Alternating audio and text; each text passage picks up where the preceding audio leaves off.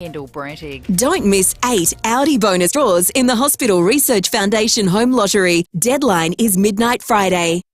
A man's died after his car ran off the Augusta highway and crashed into a tree at Lochiel yesterday. Major crash officers are investigating the circumstances. The 46-year-old's death lifts the road toll to 51. It was 66 at the same time last year. Investigations continue into the death of a man at Port Neale on the weekend. The 66-year-old was found dead in a caravan. A 28-year-old local man's been arrested and charged with his murder. He'll face court in Port Lincoln today. Police say the men knew each other and it wasn't a random incident. An investigation's underway after people had to be rescued from a roller coaster on the Gold Coast. More from Mia Glover. It was late yesterday afternoon. 4 thrill seekers were on board the Scooby-Doo spooky roller coaster here at Movie World. If you're not familiar with the ride, it's an inside roller coaster, very dark, barely any light, and at one point the ride does travel backwards. All of a sudden, one thrill seeker, we understand, tried to take off an item of clothing, and that then triggered the ride's mechanism to stop. For an hour and a half, the carriage was stuck 10 metres in the air, a delicate rescue operation that needed Queensland Fire and Emergency Services help. They worked on them for that full hour and a half before releasing and freeing the 4 people to safety at around 5:30 p.m. Thankfully, no one sustained any injuries, and Movie World has said it's launched a full investigation. Qantas ground handlers will strike for 24 hours in Adelaide, Sydney and Brisbane next week, demanding guaranteed shifts longer than 4 hours. The airline was found to have illegally outsourced 2,000 jobs during the pandemic. Staff now hired through Donatas say work's so insecure they can't support their families. Transport Workers Union Vice President Nick McIntosh says the action's a last resort after 7 months of unsuccessful negotiations. We hope it doesn't come to that. We hope that common sense prevails, that Qantas, as the top of the chain here, comes to the company and says, all right, if we need to give you some more money to give these workers a little bit more of a pay rise and some more guaranteed hours, let's do it. But we don't think that's going to happen. Donatas says it will continue negotiations with the union to avoid strike action next Monday. Pope John Paul I, who led the Catholic Church for just 33 days before his death, has been beatified by the Vatican. It's the final step before sainthood. Thousands gathered in St. Peter's Square for the ceremony led by Pope Francis. There's a renewed push for legislation to be introduced offering legal protection for our human rights. Australia's the only democratic country of its type to not have a Bill of Rights. Instead, we're largely covered by the Constitution or individual laws. Amnesty International's Nikita White says the federal government needs to prioritise the creation of a Human Rights Act. At the moment, we only are protected from discrimination in our federal laws. And so, for example, our right to an education, our right to health isn't protected. And these are the things that need to be protected by Human Rights Act. And former US President Barack Obama has won the Best Narrator Emmy Award for his Netflix documentary series. The Obama's production company Higher Ground is behind the 5-part series on national parks around the world. Now turning to FIVEAA Sport. Order a Gliderol roller door and operator by September 30 for some free upgrades. Search Gliderol for details. Good morning, Tom Wren. And a very good morning to you as well, Kendall. Let's start with some footy. Port Adelaide's expected to up the ante for Josh Dunkley, with the Bulldogs now out of the premiership race. The 25-year-old is out of contract, with the Power set to offer the Dogs a first-round pick for him. Well, Daniel Ricciardo is hoping for a bit of magic at Monza when he defends his Italian Grand Prix title this weekend. That's after another disappointing result in the Formula One. The Aussie finished 17th in the Dutch Grand Prix last night, missing out on the points for a third race in a row, but remains determined to finish the season well. Still a few to go, and every weekend's a new one, and we'll try and make something good happen. Obviously Monza, try to get some magic from there. I will eat pizza. Maybe that's what I've been missing in my life. Yeah, let's hope so. Max Verstappen took the checkered flag at Zandvoort, with George Russell and Charles Leclerc finishing second and third respectively. Well, a couple of Australians will be looking to advance to the quarter-finals of the US Open later this morning, with Nick Kyrgios and Ayla Tomljanovic both playing their fourth-round matches. Kyrgios will take on Daniil Medvedev, while Tomljanovic will come up against Ludmila Samsonova. 2 games in the EPL this morning. Manchester United making it 4 wins in a row after an impressive 3-1 win at home against Arsenal. That result sees them cement 5th spot on the table. Brighton is sitting one spot ahead of them in fourth place after coming from behind to belt Leicester 5-2. And that's the 5AA Sport. Now the 5AA forecast. Peter Jackson Blinds and Awnings for stunning service and results. Adelaide Metro and Mount Barker. Search Peter Jackson Blinds. Partly cloudy and 17 today, mostly sunny tomorrow, up to 20. Then showers developing on Wednesday, 18, and showers for Thursday, 16. At the moment, 10. More news as it happens on 5AA. Nothing beats a road trip, so before you do the fun stuff, let RAA do the car stuff. Breakfast on 5AA, David Penberthy and Will Goodings.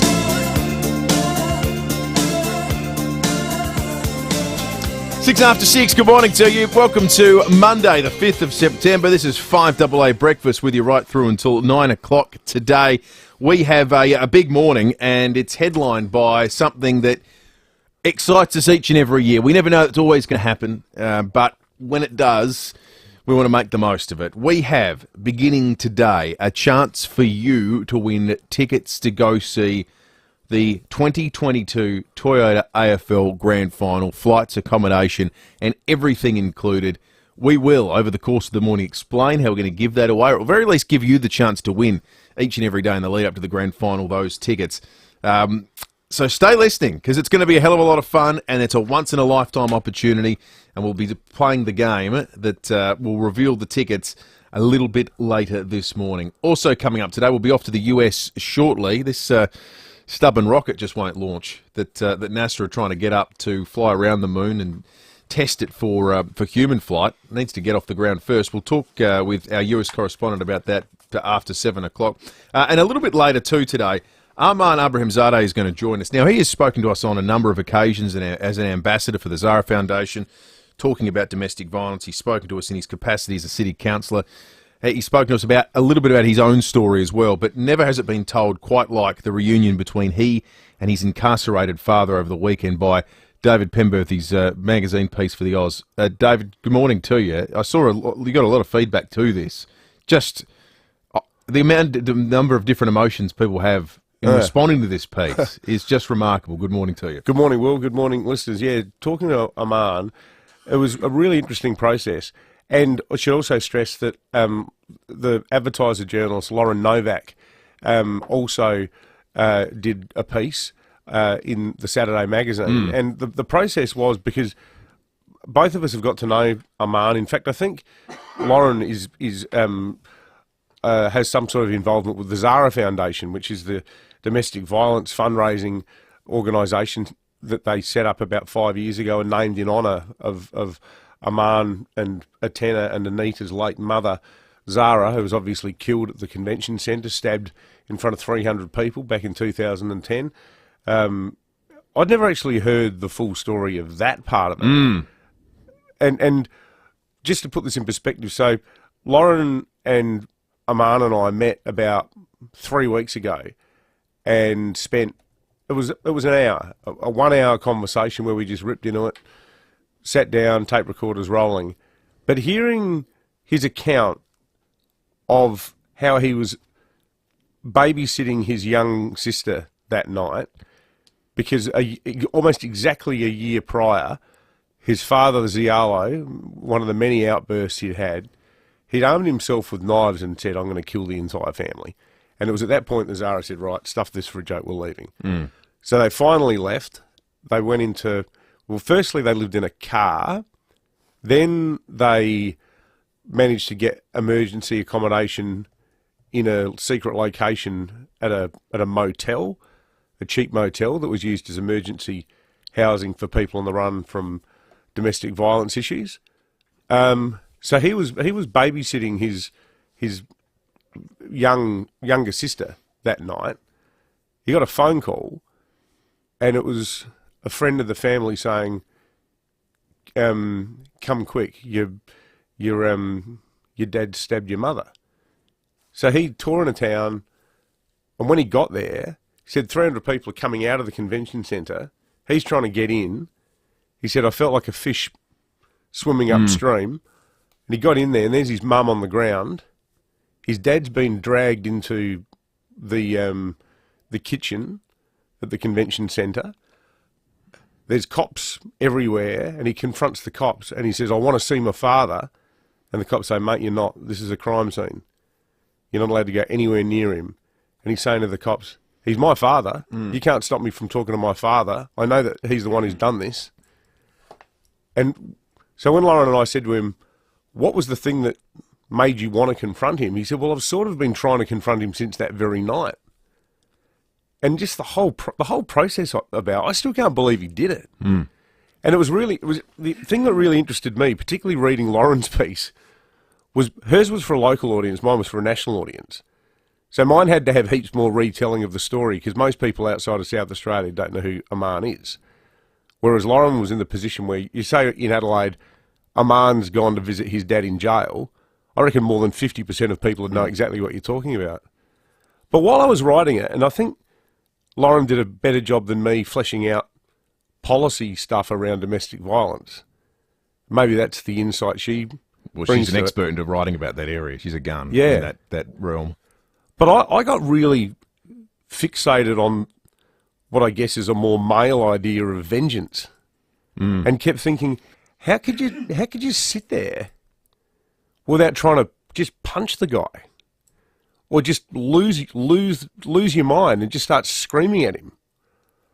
And before he went, Aman said, well, because corrections gave him all these options. They said, look, you can do it on Zoom, you can do it on Teams, you can do it over the phone, you can go and sit there in a room, an open room, where you can hug and hold hands and whatever you want, or you can do it with a screen, a glass screen.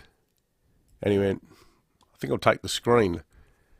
And I said, why was that? And he said, well, to be honest, I didn't know if I was going to break down and console him and hug him, or if I was just going to pick up a chair and try to attack him with a chair. It's an extraordinary story. You'll hear from Armand on the program after 8 o'clock today. It is going to be a magnificent day in Adelaide today, top of 17 with our new and improved language. We've cancelled partly cloudy. It's going to be partly sunny today. Tomorrow is even going to be better, 20, mostly sunny. No need to correct the record on that front. Tomorrow's going to be terrific. I wonder how many people got to the Royal Show for Father's Day, or indeed over the weekend. It's been a number of years since anyone's been able to go. If you went along, you've got a review of what it was like for us. We would love to hear from you. The whole process from getting there and going through, anything different? Has it changed? Is it just like you're in a time machine and you're back in 2018 again? 8223 0000, or you can text us on the Automasters text line as well. Tell you what, it felt, judging from the back streets of Wayville, felt like everyone was there. Yeah, It was really crowded. Drove through the parklands across Greenhill Road and onto King William Road at about 10:30 on Saturday night, and there were a number of cars coming out of the parklands in the parked areas. That's basically when it finishes at around 10 o'clock, doesn't it? Yeah, that's the end. Yeah. So people have obviously been lining up to get out for a hell of a long time. So I'd be stunned if they're not breaking some records at the moment. Oh yeah, the pent-up demand. Yeah, after so long, 3 years without it. It made Father's Day logistically tricky last night because Mum and Dad came around for dinner, and I thought about 4 o'clock. I said, actually, there's no room for you to park. You're going to end up parking closer to your house than to ours. So they made their debut Uber trip. I ordered them an Uber. Oh, how'd they find the experience? They liked it. Yeah. Well, there's a reason it's giant $1 billion company. Yeah, that's people seem to think it's okay. Did you have a good Father's Day, Will? Your last son's child? Yes, I did. Went out to lunch yesterday with the father-in-law at the Hilton, the hotel there on South Road. Oh, nice. We had a very nice lunch. That's good, that pub. That won an award for best burger in Adelaide a few years ago. Oh, the food there is beautiful. It's a lovely spot. This is the corner of Burbridge Road. Yes. South Road, yeah. Almost upstaged the entire event by... You ever spill the beans accidentally? You know when you're so used to saying something in private that you forget you don't meant to say it in public? Did you reveal the name of the child? I just dropped it mid-sentence. Oh, no. And my wife looked at me like, how many more seconds do you intend on living on this planet? You idiot. Oh, no. She didn't say that, but her eyes said plenty, and they had murderous intent. Well, I feel like we shouldn't even be talking about it now. Oh, my God, I'm terrified. Because here's the thing, I've been the good one. My wife she's had it slip out a number of times. Right. And I've said to her, listen, you need to get yourself together. We're trying to do this properly. Don't let it drop out. And here's me, overflowing with confidence. In conversation, I said, well, you're still going to be doing that when is still around? Consuela. Yeah, that's right. When Consuela is still around. My God, it was like a piano scene. no. It was like an old bar scene in the Old West where everything stopped and I don't know who Deary me. I don't know. I don't know what the damage is, but I hope I didn't guess I don't right. feel good about it. I don't think anyone heard. But it's not Consuela, is it? it's not. Well, I have to act like it isn't now anyway. Consuela. See, you can't entrap me, Penberthy. That's right. 16 after 6 news headlines are coming up in just a moment. At Anderson's Solicitors, we have a brand new look. But behind it, we're still the same faces. The same approachable, client-focused team committed to helping find the right solution for you. With locations across the state, whether you need help with family law, commercial law, wills and estates, or personal injury claims, talk to Anderson's Solicitors today. Visit andersons.com.au or phone 8238 6666. That's 8238 6666. What makes you curious? Curious minds change the world. The bright, curious minds at SAMRI are daring to ask brave questions and might just have the answers.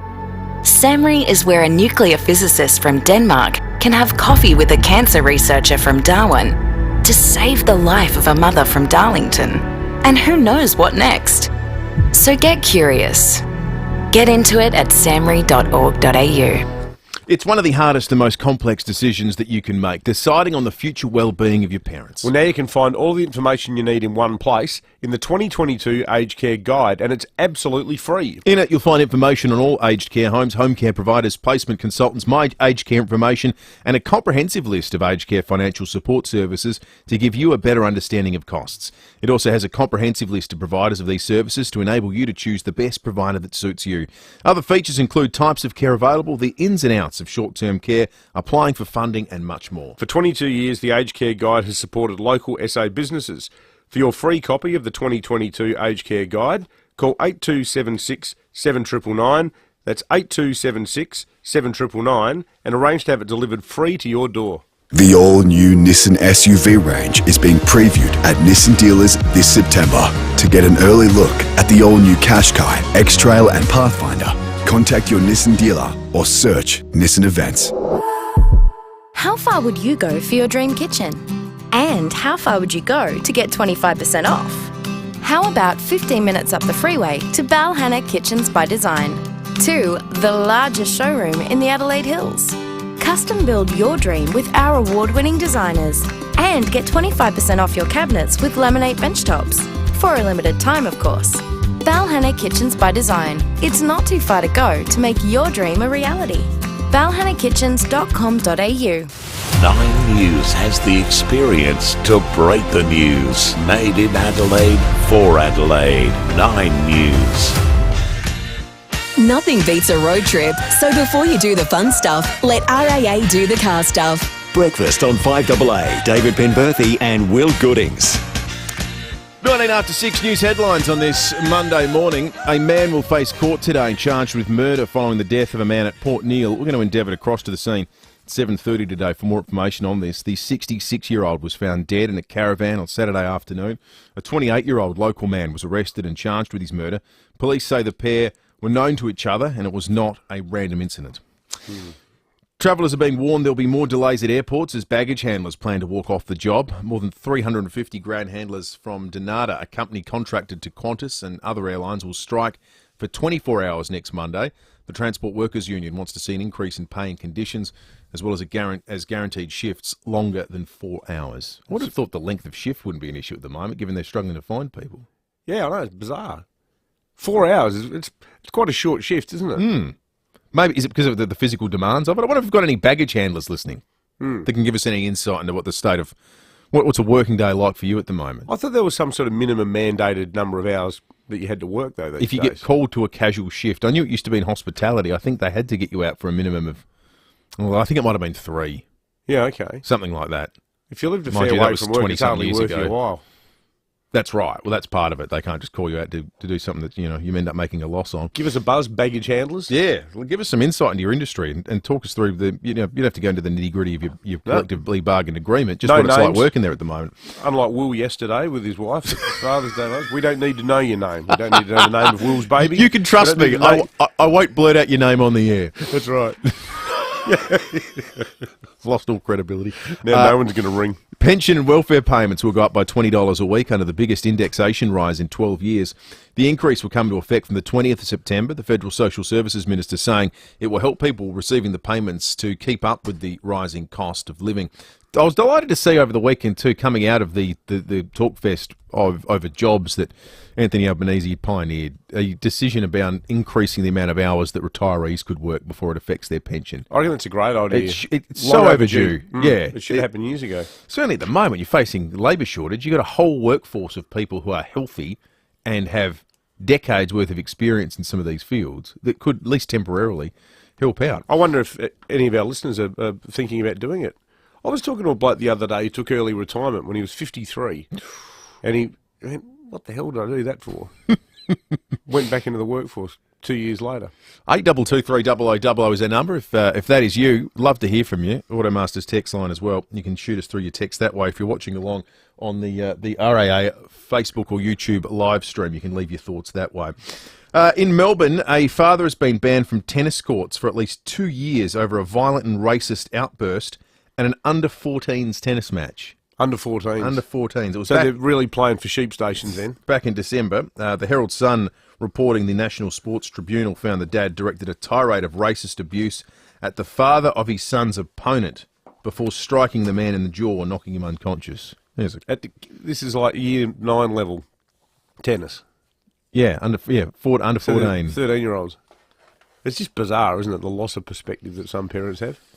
Donald Trump is accusing his successor, President Joe Biden, of weaponising the FBI against him. The former president has made his first public appearance since agents raided his home. Addressing supporters in Pennsylvania, Trump has labelled the raid a shocking abuse of power. The Biden administration invaded the home of their chief political opponent on a phony pretext, getting permission from a highly political magistrate who they handpicked late in the evening, just days before the break-in, and trampled upon my rights and civil liberties.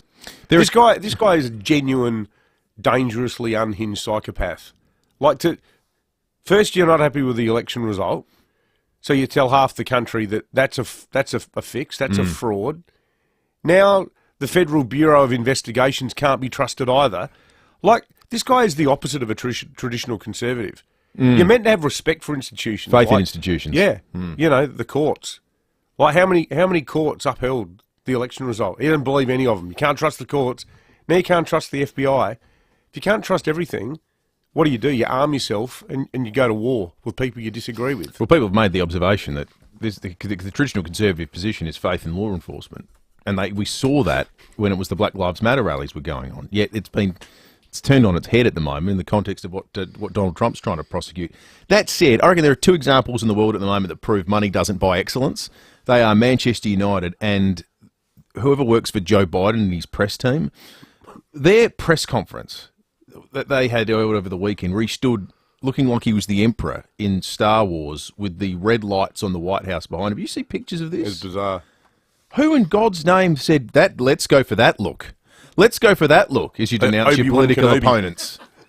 That was what they've got an infinite budget of people who have expertise in the area of trying to set up that kind of thing, and they all went, "Yeah, no, let's sign up for that. Make him look evil, ridiculous."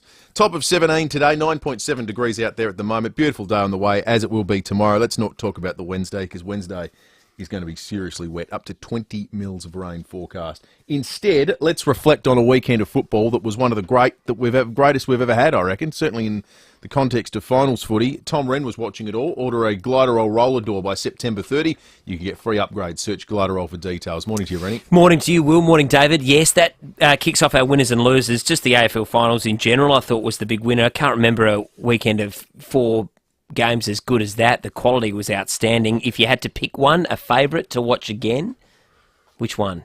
Geelong? I still think the Brisbane game was the best. The finish was the best. Although Geelong Collingwood was brilliant, and they're all different. And then Sydney Melbourne was a great game. Well, that was a great game. And then Fremantle would come back from 41 points down. They were on the canvas. They were gone. That felt like a bit of a slow-motion car crash, though, that game, for the Dogs. I reckon you could tell halfway through the third quarter that FIVEAA were going to cruise home by a few goals. Yeah, and the way they did it, I mean, Sonny Walters up forward was just magnificent. And Brayshaw and Sarong were brilliant in the midfield. A wonderful weekend of footy, though. Don't you guys reckon it's really hard to read who's going to win the flag from here? Really tough. Well, I mean, the short price favourites a Sydney-Geelong flag grand final. Have to be. They've got the week off. But since they've gone to the system of having the week off before, starting the finals, it used to be automatic that if you had the week off into the prelim, you make the grand final. It's completely the reverse now because that extra week off. It's almost like you're not playing enough football. So, don't you reckon they're in the box seat. The thing for Sydney that was so good was that they won that game without Buddy Franklin doing anything, without Will Hayward doing anything. Like the guys who are normally Sydney's reliable heroes weren't the stars. They're outstanding. They continue to defy the odds the way they play. They're a great team. They're the definition of a real team, I think. Sydney, they play great footy. I still think if Melbourne can beat Brisbane this week, I reckon at the MCG they can beat Geelong. But they've got to get past Brisbane this week. Other winners, North Adelaide yesterday. That was a great comeback win against the Crows to win by 10 points. They were down until late in the third quarter, and then they managed to hang on by 10 points. So they're through to the grand final. And also, Ange Postecoglou, the Old Firm derby, they beat Rangers 4-0. They're now 6-0 for the season. They've scored 25 goals and conceded 1. They are destroying that league at the moment. Losers, Port AFLW side, sadly, they lost their first home game. Great atmosphere out there at Alberton, but they went down. Dan Ricciardo, 17th out of the points again. He was pretty ordinary. And Leicester, who won the Premier League just a few seasons ago, remember? Amazing story. They are bottom. They're a very good chance of getting relegated. 1 point from their opening 6 games. They cannot buy a trick at the moment. Absolutely a disastrous start. Good on you, Rennie. Thanks, boys. Thanks, Tom. Order a Gliderol roller door and operator by September 30 for some free upgrades. Search Gliderol for deals.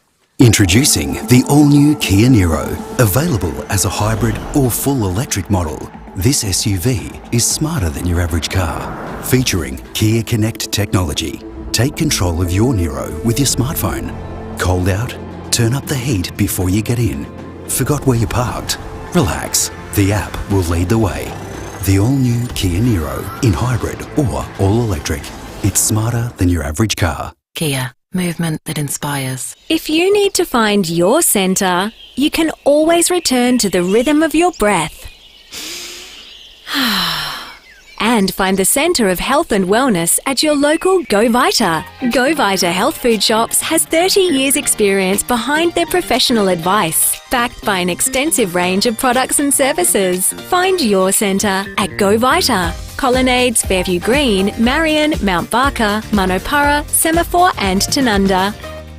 Doesn't take a curator to notice how artwork completely transforms a space. You just feel it. That's right. Art by FIVEAA is the place for Indigenous art. All pieces are ethically sourced. We had them in here during the Undy Drive. They're fantastic.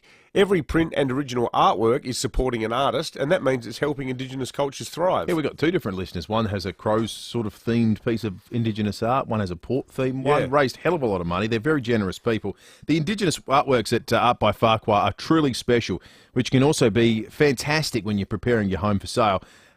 We tend to focus on things like floors and furniture, but there's 4 walls in a room too. So if you're not hanging artwork, you're missing 4 opportunities to impress buyers. The important thing, though, is that Art by FIVEAA are huge supporters of many Indigenous families. They're proud to host the beautiful pieces in their gallery, and they're even proud of sending these artworks home to be admired for years to come. Visit their incredible range at 1070 South Road, Edwardstown. Art by FIVEAA, a family company specialising in Indigenous art. At Specsavers, you can get 1 complete pair of standard multifocal glasses store-wide for just $199. Yep, any pair, any style, any designer, any shelf. Offer ends September 28. SA stores only. Conditions apply. Should have gone to Specsavers. With everything going on, it's tough to stay ahead. But you can always rely on a great Aussie shed to protect your tractor, boat or car, even turned into your very own bar. Somewhere to pile up your bales of hay or to escape with a block of clay. Whatever the plan for your Great Aussie Shed, act fast, because our Great Aussie Shed sale is here at last. Visit one of our 4 display centres today. Olympic Industries, built to last. This is Adelaide's 5AA. Partly cloudy and 17 with the 6:30 news. I'm Kendall Brettig. Don't miss 8 Audi bonus draws in the Hospital Research Foundation Home Lottery. Deadline is midnight Friday. The state's road tolls climbed after the death of a man at Lockhill yesterday. A Toyota station wagon ran off the Augusta Highway and crashed into a tree. The driver, a 46-year-old man, died at the scene. The number of lives lost on our roads is now 51, compared to 66 at the same time a year ago. Court today for a man accused of murdering another man at Port Neale on the weekend. The 66-year-old was found dead inside a caravan on Saturday afternoon. A 28-year-old local man was arrested and charged with his murder. The men knew each other, but a motive or reason remains unclear. The Albanese government and opposition are locked in a bitter feud over wages as federal parliament sits for another fortnight. Michael Packy's in Canberra. The opposition is vowing to fight a union push that would give them greater power over wage agreements. Unions would like to simultaneously negotiate pay deals with multiple small businesses who operate in the same sector. The coalition argues such a move could not only leave businesses worse off, it would spark increased strike action. The federal government claims this is just breathless hysteria from the opposition because in other parts of the world, these sorts of deals have resulted in fewer disputes. Travellers are being warned there'll be more delays at airports as baggage handlers prepare to walk off the job. More than 350 ground handlers from Donata, a company contracted by Qantas and other airlines, will strike for 24 hours next Monday. The Transport Workers Union wants to see an increase in pay and conditions, as well as a guarantee shifts are longer than 4 hours. Gold Coast theme park Movie World has launched an investigation after riders had to be rescued from a roller coaster yesterday.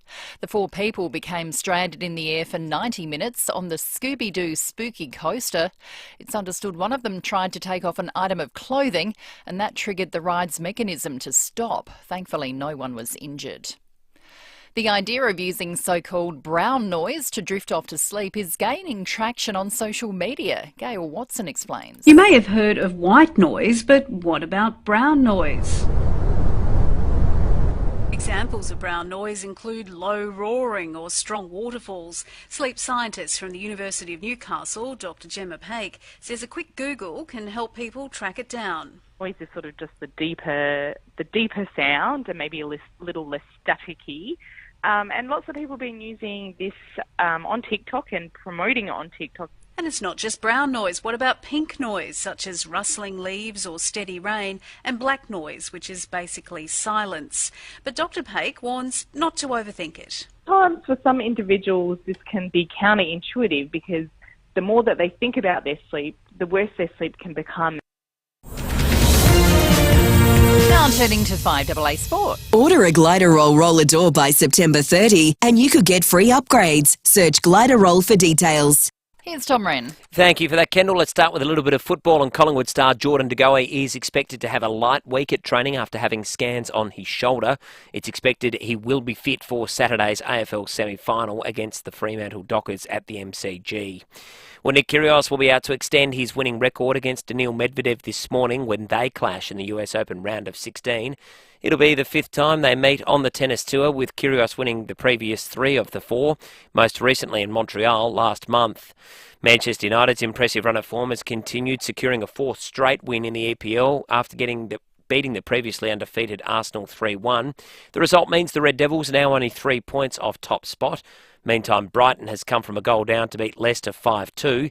Alex McAllister putting the finishing touches on the result with a superb free kick in the dying stages. McAllister will still feel, despite the penalty, that he's due a moment of magic. And in it goes! And there it is! Audio thanks to Optus. Aussie Cameron Smith is only 1 shot off the lead with a few holes to play in the Live Tour event in Boston. And Aussie Jack Miller has finished 18th at the San Marino MotoGP despite starting on pole. Meantime, Max Verstappen has won the Dutch Formula One Grand Prix. Aussie Daniel Ricciardo was 17th. And that's the 5AA Sport. Now the 5AA forecast. Peter Jackson Blinds and Awnings for stunning service and results. Adelaide Metro and Mount Barker. Search Peter Jackson Blinds. Partly cloudy and 17 today, mostly sunny tomorrow, 20, then showers developing on Wednesday, 18, and showers for Thursday, 16. At the moment, 10. More news as it happens on FIVEAA. Hello, Frank Walker from National Tiles. National Tiles is the only tile company in Australia to offer a lifetime guarantee on all our tiles. Yes, all National Tiles come with our exclusive lifetime guarantee. So don't risk it. Insist that your tiles are National Tiles to ensure you're covered by our exclusive lifetime guarantee. National Tiles, Australia's only lifetime guarantee tile company. Conditions apply. 5AA Breakfast is streaming live right now. To watch, simply head online to 5AA Facebook or search 5AA on YouTube. Nothing beats a road trip, so before you do the fun stuff, let RAA do the car stuff. Breakfast on 5AA, David Penberthy and Will Goodings.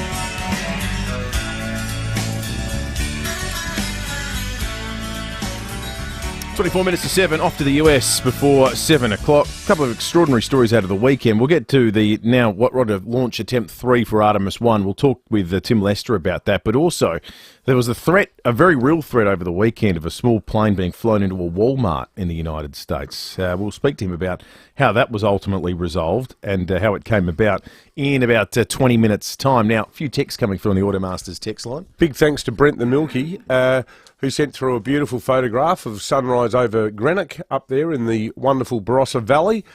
One here from Jane with a Y for you, Will. Don't worry, Will, you might end up changing your daughter's name once you see her. We did that with our son, and we both realised the name that we had chosen didn't suit him. And here's one from Josh that I think a lot of parents can relate to. Good morning, boys. For 6.5 hours yesterday, I was dragged around the showgrounds, pushing through ridiculous crowds by my wife and 4 children, playing rigged sideshows, eating greasy, overpriced food, spending hundreds of dollars on rip-off show bags and rides, and then I topped it off with a $60 parking fine. But seeing how happy it made the children was totally worth it. Good on you, Josh. That'll be me later today. That's what it's all about. That'll be you a little bit later today. 8223 is our number. You can text us on the Automasters text line like so many listeners have already this morning, 044808 1395. I do like this one from Vince because it's got an angry all-caps slap and then it ends with a bouquet. Vince writes, hey boys, Pembo, if you don't think this Trump stuff is politically motivated, you're a goose. Great show. Good on you, Vince. That text encapsulates what we like about the show. Absolutely. Go your hardest. Everyone is entitled to their opinion. Vince, you can passionately disagree with me and there's no right or wrong. Exactly. Good on you. Thanks for listening. We want to take you to North Hobart Oval, where over the weekend Dosar played off against Hutchins in the grand final of the Old Scholars Football Association. Things didn't get off to the perfect start. Ladies and gentlemen, I think we're having a little bit of trouble with the national anthem. Having a bit of trouble with the national anthem. That's Peter G, who is a long-time ABC News broadcaster and sports commentator in Tasmania. Read the TV news for many, many years down there, doing a little bit of ground announcing. Here he is a little bit later on 9 News. I could see our technician up there running around like a chook with his head cut off, and I thought, nah, the players are getting restless. We've got to get this done. I didn't set out to become an internet sensation, I can tell you. It was just, let's get the game underway. What's the quickest way to do it? So how did this TV news veteran become an internet sensation over the weekend? Well, Peter G, realising there were some technical issues with playing the anthem, took matters into his own hands. This is exciting. I don't think I've ever heard this before. All let us rejoice, for we are one and free. And of Australians, then let us sing. Advance, Australia fair. How good was that from Peter G? Peter G stepped up and decided to sing the anthem himself to get the game going. That is the best impromptu version of an anthem since Frank Drebin as Enrico Palazzo in The Naked Gun. But it was a bit like that. Oh, say, can you see? Strike. What about Peter G? That is unbelievable. When, folks, have you stepped in and saved the day? Give us a call. Have you ever saved the day? 8223 Text us on the Automasters text line. I'm sure we've got something we can give you. Could you do that? We'll give you a 5AA breakfast mug. Tell us when you've saved the day. You can't buy those things in shops. They're limited edition. They are. They're worth a lot of money. Well, they will be. Well, I'm not sure. I mean, eventually. You can say that. There are pictures of pixelated monkeys that people think are worth lots of money these days. There's breakfast mug. At least you can drink out of it at the end of the day. I was going to say, try drinking a cup of coffee out of a computer-generated gibbon. 8223 When have you ever saved the day? Could you do that if pressed? If you were calling the game, say you were calling the grand final, which is every chance it will happen one day, given how good you are at football commentary, would you be up for it, Will? If they said, look, Will, you've got to sing the national anthem. Well, you know how much my aversion to karaoke. Yeah, you just could break out in a cold sweat at the very idea of doing it. No, I think one of my worst nightmares, I have no problem public speaking in front of it. However, you put as many people as you can fit in there and I wouldn't have a problem. If it's singing, it'd be my worst nightmare. No chance in hell. See, I reckon singing, people are going to cut you more slack if you stuff it up than if you're giving a speech. If you give a really bad speech, people are going to go, that's pretty boring. But if you're not a singer, and everyone knows that, you get them and go, Australians, oh, let us rejoice. Sure. They go, at least you tried. Yeah, that's a fair point. I wouldn't know the words. That would be the horrifying revelation. How far do you have to get in? Well, okay. How long do you have to sing it? Let us rejoice, for we are young. No, we're not young anymore, are we? No, We're one and free. With golden soil and wealth for toil. Our home is girt by sea or land. Our home is girt by sea. Yeah. Then, now I'm buggered. What's the next bit? Thank you, Lucy. Our lands abound in nature's gift of beauty, rich and rare, on every page at every stage. Enjoyful, yeah. Advance Australia Fair. Yeah. Enjoyful strains that let us sing. Yes. What if they ask for two verses? Yeah. Well, there's no Australian Live that can do that. Sam's doing it beneath our radiant Southern Cross. Oh, there he is. A sprig of wattle in my hand. Australia, Australia, Australia. Well, all that exercise demonstrators, thank God it wasn't up to us to step in and sing the anthem. That would have been problematic.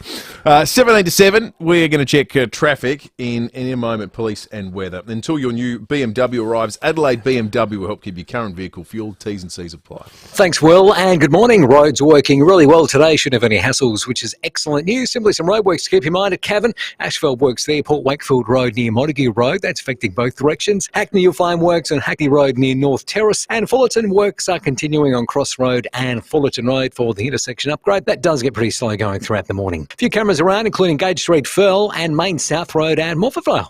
Setting up your four-wheel drive? Petters four-wheel drive products offer a total brakes and suspension solution, complete with nationwide warranty. Petters, the four-wheel drive under-car experts. Adelaide's most accurate traffic on 5AA. Wake up to a winning brekkie! Grab a large McCafe coffee or hash brown with your morning McMuffin for your chance to win with the Monopoly game at Macca's. Ends 18th of October. Available at select times. For full terms, visit mcdonalds.com.au. Hey Strikers fans, Jason Gillespie here. Forget footy season, it's time for SA to turn blue and get behind your mighty Adelaide Strikers. That's right. Tickets to all WBBL and BBL matches are now on sale. And to welcome back the best fans in the league, we're excited to offer early bird pricing for a limited time across all matches. Don't delay. Visit adelaidestrikers.com.au today for links to purchase, and we can't wait to see you back in blue this summer. Now, if you're fitting out a workshop, your shed or rooms around the home with extra storage, and don't forget the garden, well, don't go down the path of the flat pack. That's the surest path to misery around. Go Sharman Shelving all the way. And here's the thing we all love about Sharman Shelving. It is all done for you. I had to do a tip run on the weekend of just empty boxes. And in those boxes were instructions. And in those boxes, were Allen keys. Allen keys and little baggies. And little bits where you went, hang on a minute, shouldn't that be affixed to the changing table? Why am I taking it to the Theberton dump? And they're all associated with miserable memories. Now, you don't have any of that with Sharman Shelving because it's done for you. That's right. You don't end up with a collection of plastic bags that say warning choke hazard. Call Sharman Shelving. They'll come out, they'll give you a free measure and quote, then they'll deliver and assemble it all for you. You can just sit there drinking a Mai Tai watching it happen. You can do whatever the hell you want, which includes, if you want to assemble it yourself, they'll give you all the support you need. Yeah, but, why do that? When it comes to storage solutions, everybody needs a little Sharman in their life. 412 North East Road, Windsor Gardens. SharmanShelving.com.au is their excellent website, or take a look at them on Facebook. For over 38 years, Steinborner has been well worth the trip. With over 400 used cars to choose from, you're sure to find the car you're looking for. You won't find a better range of cars covering the entire region from Gawler to the Barossa Valley and Clare. And don't forget, you can always click through the collection of vehicles online at steinborner.com.au. Great local deals on great local cars from your locals. Steinborner Automotive. Still well worth the trip or well worth the click. Hi, Rory Sloan here for You Install It Kitchens. Are you starting a DIY renovation and need cabinetry quick? Order with You Install It and get your cabinetry delivered in 15 working days. Manufactured locally here in SA, You Install It offers short lead times so you can get started on your project sooner. Visit a showroom, Modbury, Churchill Centre, Norwood, Glandore and Lonsdale, or visit the You Install It website for online 3D design. You Install It Kitchens, the complete DIY kitchen solution. Lead times may vary. See showroom for details. 9 News has the experience to break the news. Made in Adelaide for Adelaide. 9 News. Nothing beats a road trip, so before you do the fun stuff, let RAA do the car stuff. Breakfast on 5AA. David Penberthy and Will Goodings.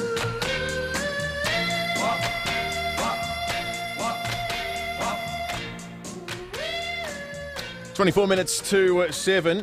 Good morning to all those watching along on the RAA live stream on Facebook and YouTube this morning, including my mother and 2-year-old niece, and those things are connected. My mother hasn't been up before 7 a.m, I reckon, in about 30 years, so very delighted to be watching along on the live stream this morning. She's getting a bit of training in for the arrival of baby Consuela. Either she's getting some training in, or she's learning a lesson in how to say no now in advance of this 2 years' time. Lots of texts on the Automasters text line. We'll get to those in just a moment. But first, let's talk about the weather today. Tom Bowick, senior forecaster at the Bureau, joins us. Morning to you, Tom. G'day, Dave, and g'day, Will. What kind of let's start with today, but let's get a sense of the kind of week that's ahead as well, Tom. Sure thing, yeah. So for today, look, dry day coming up. There is a fair bit of high cloud around today, and that will be with us for the day. So some cloudy conditions around, but yeah, the cloud will be sort of the high variety there, and yeah, with that a maximum of around 17 degrees. Overnight we've been down to 9 degrees. 17 also for Elizabeth. We've got 16 degrees for Glenelg and Noarlunga, 14 degrees there at Mount Barker. Tuesday looks like the pick of the days. The cloud will be sort of clearing away to a mostly sunny day, so plenty of sunshine around there for Tuesday. Got a minimum of 8, then a maximum of 20. So that's the warmest day we're expecting this week. And then for Wednesday, look, there is going to be a change in the weather. It will start off dry, but you'll notice quite a lot of cloud coming in already through the morning period there. So, and that cloud will be thickening up, and it will start showering out of the cloud as well, probably around about the middle of the day or so. And those showers sort of continuing off and on then through the day. So dry start, but yeah, as I said, probably around the middle of the day or so, start to see those showers coming in and persisting then through the remainder. There's a chance of a thunderstorm coming in as well. With that, maximum temperature, we're back down at 18 degrees. Then for Thursday, following that change having moved through, we'll be in a airstream sort of northwest to westerly there, and that will keep some shower activity going with a low pressure system to the south as well. Cooler temperatures there, 16 degrees. Showers will be easing on Friday. There'll still be some around, but an easing sort of a day with a maximum again of 16 degrees. Saturday and Sunday, there will be a sort of southwest to southerly airstream persisting. Will keep the temperature relatively cool around 17 degrees. A shower or two for both days, so not really wet, but nevertheless 1 or 2 showers around for the weekend period there, guys. Good stuff, Tom. Thanks for that. Tom Bowick, senior forecaster at the Weather Bureau. Now we go to SAPOL for the opportunity everyone gets listening to this program once a week to feel like Nostradamus. Senior Constable Dave Muir joins us. Dave, some teens have been arrested in the northern suburbs after a pole air pursuit. Yeah, this was just before 12:30 overnight. Patrol spotted a Commodore sedan travelling at speed along Kings Road at Powalawi. Now, police didn't pursue the car at the time and tracked it from a distance until Polair was able to follow it through several suburbs until the occupants abandoned it on Riverview Parade at Blakeview a short time later. Now, Polair directed patrols to that location where 3 17-year-olds were arrested. search of that car uncovered a machete and a number of bank cards.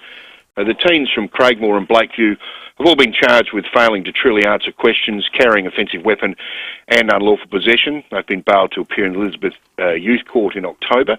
At this time, we're reporting the car is not stolen. However, investigations are continuing. Dave, also, there's been a crime spree overnight in Murray Bridge. What's the story there? Yeah, look, this was just after 2 a.m. We had one of the Murray Bridge patrols driving down Owl Drive when they noticed a car with 3 tyres that had been deflated. More patrols attended and searched surrounding streets, locating an additional 13 cars with either deflated or slashed tyres. Patrols were able to locate some of the car owners, but some people may wake this morning to that unpleasant find. So if you do wake up this morning and find your vehicle has been damaged, please call the police assistance line on 131 444. We're also asking residents to check their CCTV and to notify us in the first instance via Crime Stoppers on 1800 333 000 if you discover some form of evidence with people in the street, for example. Give us a call on that Crime Stoppers number. Mindless and annoying. Good stuff, Dave. Dave Muir there, Senior Constable Dave Muir from SAPOL Media. Good text here on the Automasters text line from Neil. Boys, I watched Cocaine Cassie's interview last night. Are we all supposed to have compassion for her? I see her as a compulsive liar. She's a convicted drug trafficker. Neil, couldn't agree with you more. We're going to have a bit of a chat about Cassie after 7 o'clock, and would love to hear your thoughts. But Neil, you are reading my mind, mate. 8 minutes to 7. Let's head to the US. Tim Lester for 7 News is on the line. Tim, the old Artemis 1 failed to launch again. Artemis 1, 2 tries and going nowhere, guys. Yeah, it's a disappointment. I mean, NASA is at pains to make out or to refer us to old cases where the space shuttle was sent back and launches were scratched. This is pretty high profile for them, and this is a new rocket, and they, by their own admission, are in a space race with the Chinese. So it's embarrassing in numerous levels, and it puts them under a deal of pressure to get the thing off the ground next time, though they may not. Who knows? And that's at least a couple of weeks away as they try to deal with this larger hydrogen leak which emerged during the second try for Artemis 1's launch yesterday. So, Tim, you went back there the second time. We said last week when we spoke you were going to go back there. What happens? Is your boss going to start getting sick of it when you ring him in a couple of weeks and say, I'm off to Florida on expenses again? I got to take his temperature. He might already be. Among people who need this rocket to go, I'm one of them. So, yeah. Absolutely. Now, Tim, speaking of aircraft of a different kind, this one did get off the ground. What was the story with this bizarre plane hijacking in Mississippi over the weekend? Yeah, this looked terrifying for a little while. A 29-year-old who worked at a company, an aircraft company, as a refueler, refueling light aircraft, but wasn't a trained pilot, took up a twin-engine Beechcraft at about 5 a.m., then phoned emergency and said he was going to crash it into a Walmart. And those who know American Walmarts, they're essentially a Costco or a very big supermarket and clothing store and the like. That caused havoc, caused evacuations on the ground. He circled for 5 hours. Pilots tried to talk him down. It looked like they had. He made a pretty good approach for a non-pilot, then pulled out of it. Eventually, his family spoke to him and he landed in a paddock. But having caused a fair deal of terror, frankly, on the ground over more than 5 hours. So quite extraordinary case. Certainly is. All's well that ends well, though. Good stuff, Tim. Tim Lester for 7 News. Thanks, Scott. US Bureau there. I spent far too much time over the weekend learning about the vagaries of hydrogen fuel in the context of the failed Artemis 1 launches. Did you watch it again? No, I was going to. But it was... I would have missed it either way, but all I saw was reports that it had stuffed up again. You know how Specsavers sponsor the umpires in football? And OPSM did for a while. Like, there's an obvious joke there. I reckon Viagra should sponsor the Artemis thing. You can't They get it need up. some help. They need some help. I reckon that'd be good. Big Viagra logo On the side. of Well, it. I mean, it's all As taxpayer it funded. They lies could afford. there, perfectly horizontal. They could afford to get a little bit of private investment in it. That's right. Needs a bit of lead in its pencil. Apparently, part of the problem is a byproduct of being a public process. So when Parliament sits down and says, "So what's your budget? 150 billion? Okay, well we've got some notes." They say things like, "You're not going to go and spend this money in trying to come up with a new way of doing things. The way we've always done it is hydrogen, and you're going to do it with hydrogen." And that's part of the problem. It's an older technology, part of this new rocket, and the element hydrogen is the most abundant and lightest and smallest in the universe, or amongst the lightest and smallest in the universe. So where you can seal something on a car, like when you're filling up your petrol tank, you can do it pretty well where stuff doesn't spill out the side and you don't get leaks. The atoms are so small in hydrogen, it inevitably leaks. It's just a matter of how much it's going to leak. And they've got like minimum thresholds. How do you know all this stuff about hydrogen? Because I don't have a life, David. When you're out with people, I'm reading about hydrogen fuel. Now, Hey, look who's walked into the studio. Lucy, good morning. Lucy, Good morning. comment ça va? We had a text from someone saying the north-south motorway is closed, but that was the only info we had. Surely not. So I'm not sure where it's closed. I can't see anything on my traffic map. So if someone is out on a section of the north-south it's got- motorway it's and got it two is ends. closed It's got somewhere, a northern end and a southern end, and then it's got about 10 egress and exit points along it. yeah. So if it is closed in any of the sections, please could you ring us and let us know? I haven't seen anything or heard anything else. Sounds like a wild urban myth to me. Well, also, I would suspect if I was the kind of person that had to travel on it every single day, the best way to make sure it's clear is to ring the local radio station and tell them that it's definitely closed, and you can just cruise down the middle of it. I like appreciated you're the text president. message. Yes. But there was a severe lacking of information in the text Okay. message. So please text in again. All right, we'll put some more meat on the bone if there Yeah. is any. Thank you, Luce. Surely in a matter of seconds we'll get a text or a phone call from someone Mm. who's currently on the Southern Expressway. Here's Steve in Kilkenny. Here we Steve, go. good morning. How you going, guys? How are you, Steve? Guys, I'm good. I've come all the way from virtually Debenham Road all the way to Waterloo Corner Road. It's all open. I've seen the signs. So I don't know what's going on. Okay, so the signs say it's closed, do they? Yeah, the sign says motorway closed, but I don't know. It's not. I don't know. Okay, all right, well, there's something in it. So the sign's wrong. The sign says it's closed. Well, presumably Steve wasn't. We've just lost Steve, but presumably he wasn't the only person on the motorway. We'll find out. Well, that is an oddity then. 82230000. If you're in the area and you can give us some more information, we'll make some calls over 5AA News and try to get to the bottom of that. The 2 to moose, 7. the moose says you're closed. I say you're open. Last month, we serviced around 11,000 vehicles, more than 3,000 Toyotas, Camrys, Corollas, Land Cruisers, 2,000 Mitsubishis, Tritons, Outlanders, Pajeros, over 500 VWs. That's right, over 11,000 people trusted us with their pride and joy. Automasters, isn't it time for you to switch and save? Call 1300 Automasters or book online. All centres offer repair now, pay later options. So switch and save with Automasters. Great service guaranteed. Hi, Susanna Toop here. 31%. That's the number of our landlords who have been with Toop & Toop for over 10 years. Building long-term relationships with our clients is really important to us. Who are you trusting to look after your biggest investment? toop.com.au.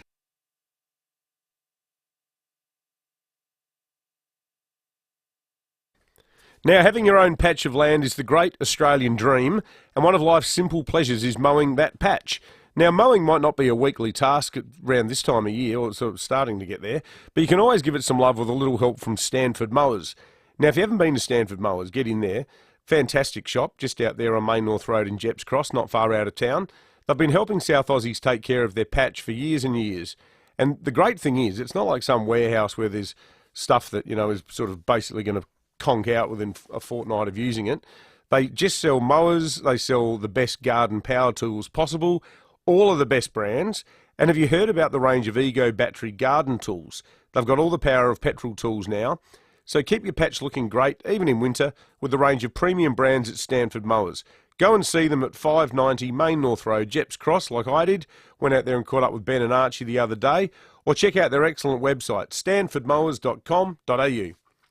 If you're in the market for an SUV, Adelaide's Renault dealers have exciting news for you. They've managed a scoop purchase of the all-new Renault Arcana and Capture range. Prices start from an incredible $34,990 drive away. And the best part, they're in stock, ready to drive away, no waiting. Plus, you get 5-year warranty and roadside assist with capped price servicing. You'll even get a $500 fuel voucher.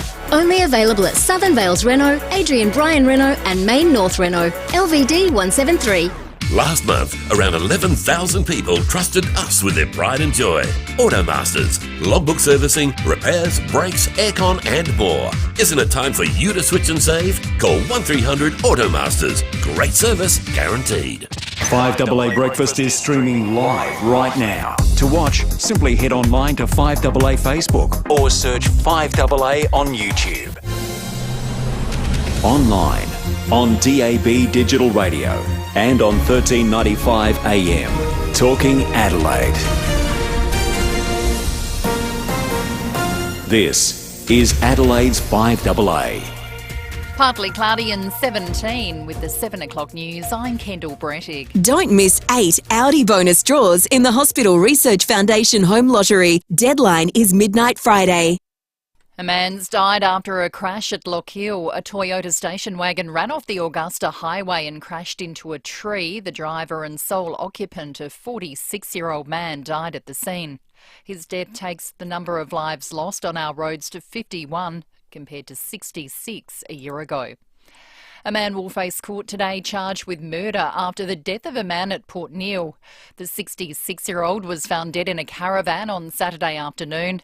A 28-year-old local man was arrested and charged with his murder. Police say the pair know each other and it wasn't a random incident. The battle to increase wages will dominate this sitting of federal parliament as MPs arrive in Canberra. More from Michael Paggy. One of the most contentious outcomes of the Jobs and Skills Summit is a push to give unions greater say over pay deals. The main proposal would allow unions to simultaneously negotiate with multiple small businesses in the same industry. The opposition will use the next 2 weeks of Parliament to fight against the move, arguing it would leave businesses worse off and lead to increased strike action. The federal government claims these sorts of agreements are common in many other countries and industrial disputes have diminished. Travellers are being warned to brace for delays at airports as baggage handlers prepare to walk off the job. Hundreds of staff will strike next Monday across Adelaide, Sydney and Brisbane airports. More than 350 ground handlers employed by Qantas and Emirates will strike for 24 hours in a bid for better pay and conditions. At-risk children aged between 6 months and 5 years can now get a COVID vaccine under new national guidelines taking effect today. They can receive a lower paediatric dose of the Moderna vaccine.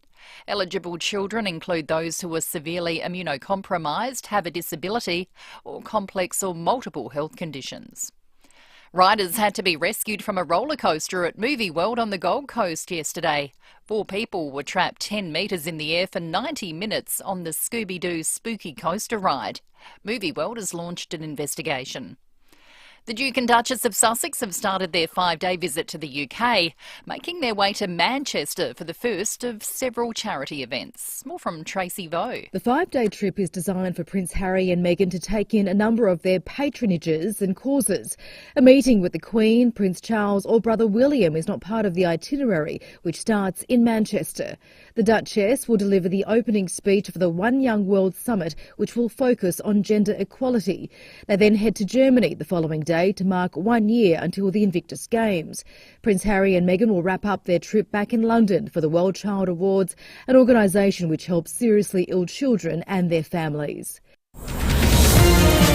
Now turning to 5AA Sport. Order a Gliderol roller door and operator by September 30 for some free upgrades. Search Gliderol for details. Here's Tom Wren. Thank you, Kendall. Port Adelaide is set to continue its chase for the out-of-contract Josh Dunkley. Dunkley is now out of finals action after the Dogs crashed to a 13-point loss against Fremantle. The Power trying to lure the 25-year-old to Alberton, while Brisbane and Essendon are also reportedly interested in the midfielder. To tennis, not long now until a couple of Aussies will be in fourth round action at the US Open at Flushing Meadows. Nick Kyrgios will come up against Daniil Medvedev, while Ayla Tomljanovic will play against Ludmila Samsonova. Earlier, Casper Ruud advanced to the last 8 along with Italian Matteo Berrettini, while on the women's side, French woman Caroline Garcia is into only her second ever quarter-final. That's after a straight sets win against American Alison Risk. Well, a strategy error from Mercedes has allowed Max Verstappen to claim his 10th win of the Formula One season, taking out the Dutch Grand Prix ahead of George Russell and Charles Leclerc. Hamilton led the race, but his team chose not to pit for fresh tyres, and when the safety car was called on lap 61 of 72, he was ripe for the picking and left fuming as he slipped to 4th overall. Because for the second year running, here at Zandvoort, Max Verstappen wins the Dutch Grand Prix! The fireworks go off, and the fireworks in the briefing room at Mercedes might be long into the night. Audio there thanks to Fox. Aussie Daniel Ricciardo finished out of the points again, back in 17th place. Meantime, Jack Miller has finished in 18th spot in the San Marino MotoGP, despite starting on pole. The race was won by Italian Francesco Bagnaia. Manchester United's made it 4 straight wins in the EPL after taking care of Arsenal 3-1 at home. Meantime, Leicester remains winless after being thumped 5-2 by Brighton. And Aussie Cam Smith is pushing hard late in the final round of the Live Golf Tournament in Boston. He's currently just 1 shot behind leader Dustin Johnson, who is at 15 under. And that's the 5AA Sport. Now checking 5AA traffic. First National Real Estate, their team of real estate experts will put you first. Looking pretty good for the drive-in today. No great hassle. Simply some works to keep in mind at Cavan. Asphalt works on Port Wakefield Road near Montague Road, speed to 25. Hackney works are continuing Hackney Road near North Terrace. And Fullerton works continue there too, Cross Road and Fullerton Road for the intersection upgrade. A few cameras about for the drive-in today, including Dyson Road, Christie's Beach and Gage Street at Firle. Hungry? Head to Oporto for the 5 for $5 chicken strips. 5 delicious crispy chicken strips with your choice of dipping sauce. Just $5. Only to Porto. Adelaide's most accurate traffic on 5AA. Peter Jackson Blinds and Awnings for stunning service and results. Adelaide Metro and Mount Barker. Search Peter Jackson Blinds. Partly cloudy and 17 today, mostly sunny tomorrow, up to 20. Then showers developing on Wednesday, 18, and showers for Thursday, 16. At the moment, 10. More news as it happens on 5AA. Nothing beats a road trip, so before you do the fun stuff, let RAA do the car stuff. Breakfast on 5AA. David Penberthy and Will Goodings.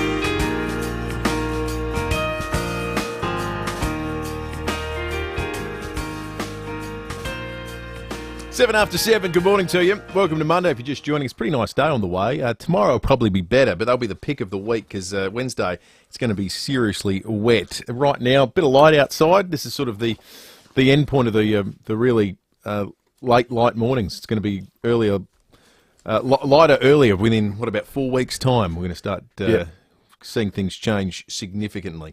Let's talk about some of the news that's knocking around Adelaide and Australia today, starting with a new federal news poll that paints a pretty interesting picture. Thank you for bringing your energy, your ideas and your leadership to the National Jobs and Skills Summit. The 2 days ahead of us have been shaped by more than 100 different roundtables and consultations undertaken by ministers and government members across every portfolio right across our vast continent, involving many tens of thousands of Australians if you add up all the meetings. Yeah, that's the Prime Minister Anthony Albanese introducing the Jobs and Skills Summit. It's clearly an issue and a concept that's resonated. The latest news poll figures come out overnight. The two-party preferred sees Labor extend their lead by a point, 57-43. The primary vote sees Labor unchanged at 37. Libs losing 2 points to 31%. That's the Liberal National Party. By way of contrast, 31% Liberal National Party, so fewer than 1 in 3 people voting would vote Liberal if an election was held today. Greens, One Nation, United Australia right now are 22%. So 22-31 would be the gap there between the Libs and the major parties, the minor parties. The biggest statistic that come out of it for mine, though, preferred Prime Minister, there's nearly a 40-point gap. 61 Anthony Albanese, Peter Dutton 22. That is staggering. That is the equal lowest score a leader has ever got in the entire history of news poll. Poor old Dut's there on 22%. But yeah, Albo 61, Dutton 22, so 39 points clear. That is extraordinary, but I would throw in one little point. Kevin Rudd was even more popular than Albo after the 2007 election. He did the apology to the stolen generation in early 2008, and at that point, Rudd's approval rating was up about 70%, maybe even more, and he was gone that term. I mean, in hindsight was really just a sort of caucus-based plebiscite on the man's abrasive personality. I don't think Albo's going to have that problem where suddenly everyone in caucus realises that their boss is a complete pain in the backside and knifes him accordingly. But, things can change quickly in politics, but it does suggest, though, that there's a bit of entrenched antipathy towards Dutton. Maybe he's not the cheeriest sort of bloke, or I don't know, is he likeable? I think I've met him heaps of times, and he's a nice person, I think. But does that come across? Does he ooze charm?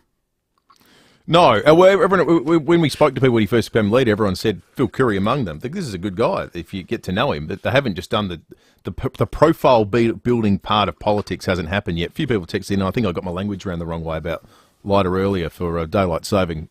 Apologies for that. Yes, I was thinking that. I knew what I meant. I can't help it if you guys didn't. Now, you can explain how the planet tilts and makes seasons, or how hydrogen works, but the vagaries of daylight saving, nope, I'm tapping out on that one. I got my later and earlier, or lighter or darker. I tell you what, we're getting a lot of preemptive texts about. We haven't even said anything about it yet, but this Cassie Sainsbury stuff last night. All right, well let's get into it. Here is a little bit of Cocaine Cassie. Apparently, she hates the nickname. On Channel 7's Spotlight program last night. I'm not lying. I'm not saying that I didn't know what was going on, but I didn't step into it one day and say, okay, today I'm going to decide to go overseas and drug traffic. Now, I find it extraordinary. So she's protested her guilt all along, her innocence rather, all along, and then last night she admits that she's been guilty the whole time. It was a real knock me over with a feather moment.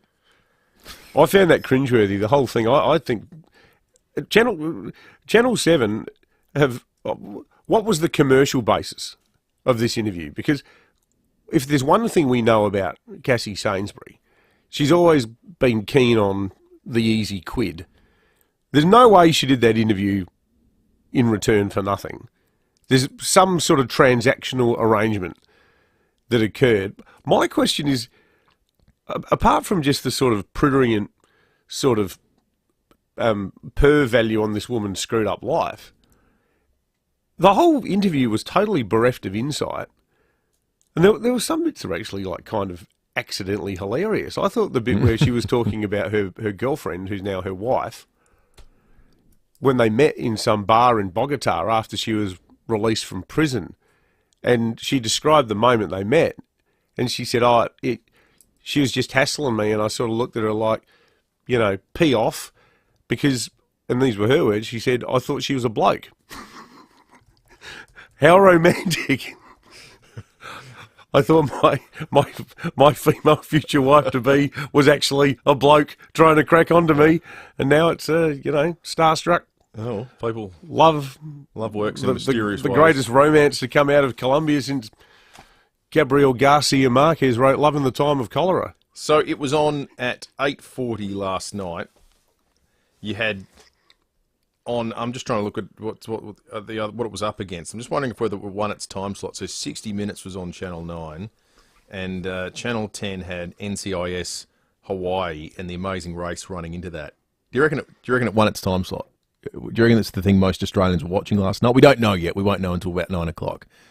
I think it might have won because, it's such a sort of train wreck that there was something weirdly compelling about it.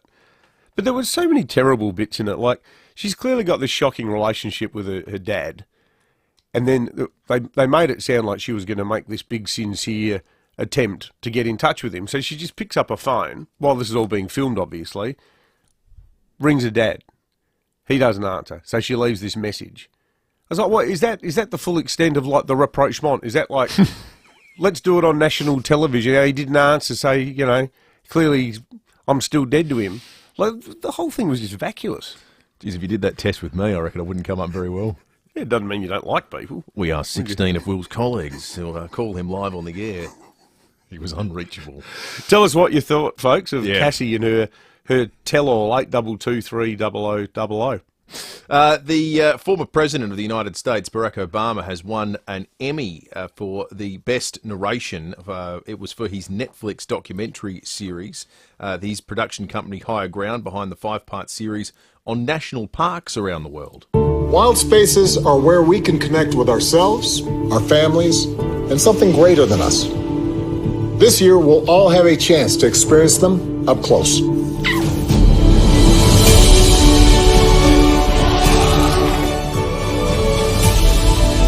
Join me as we explore the wonders and secrets of some of the most extraordinary national parks on the planet. If he wasn't going to be the president, he could have been a voiceover artist. He's a magnificent speaking voice. I've seen some of the nature documentaries that he's done in this series, and they are spectacular. Yeah, whether you like his politics or not, I think his voice skills are, without a doubt, sensational. I wonder if Joe Biden's going to get into narration after he's president. That'd be good, wouldn't it? Dude, Joe Biden's guide to the national parks of South Australia. That'd be good. I went up to Shepherd's Hill Road to Blair National Park. A lot of koalas. And the thing. The thing. Except it's him forgetting the names of all the creatures. I went to the Flinders Ranges and the Pound. In the middle, the Big Hole. The Wilpena. He always seems like a sort of drowning man, flailing about. Like this story as well that came out of the weekend via 9 News. Congratulations to Bev McKeegan, who has retired playing hockey at the age of 80. She's been playing for the last 68 years. We'd love to chat with Bev. If you know her, get her to give us a call on 82230000. She spoke at the occasion of her final game on the weekend at 9 News. I think at my age it's about time I gave it away. I don't want to give it away, but I think it's probably the best thing to do. Metro 5 she was playing, which is still pretty reasonable competition. I love those stories of people that they love playing a sport and they continue to play it their entire lives. I think it's fantastic. If your body allows you to do it, because I think there'd be lots more people in that category that would have liked to, that for whatever reason are physically incapable of continuing to do so. I was talking to Bev. I was talking to a mate of mine who lives in country Victoria. He's from a little town called Muckleford, best name down. And he's 56, and he's just started out again for the local cricket team. He opens the bowling. He's still a pace bowler, and he's in his mid-50s, and he was saying, I just can't stop. I'm just addicted to it. I reckon there'd be quite a few people who'd play at least into their 60s. I wonder who the person who's listening to us that played for the longest was. Do we have anyone who made it to 80? Anyone played in their 70s, 60s sport? We've still got Henry Physical Young, sport.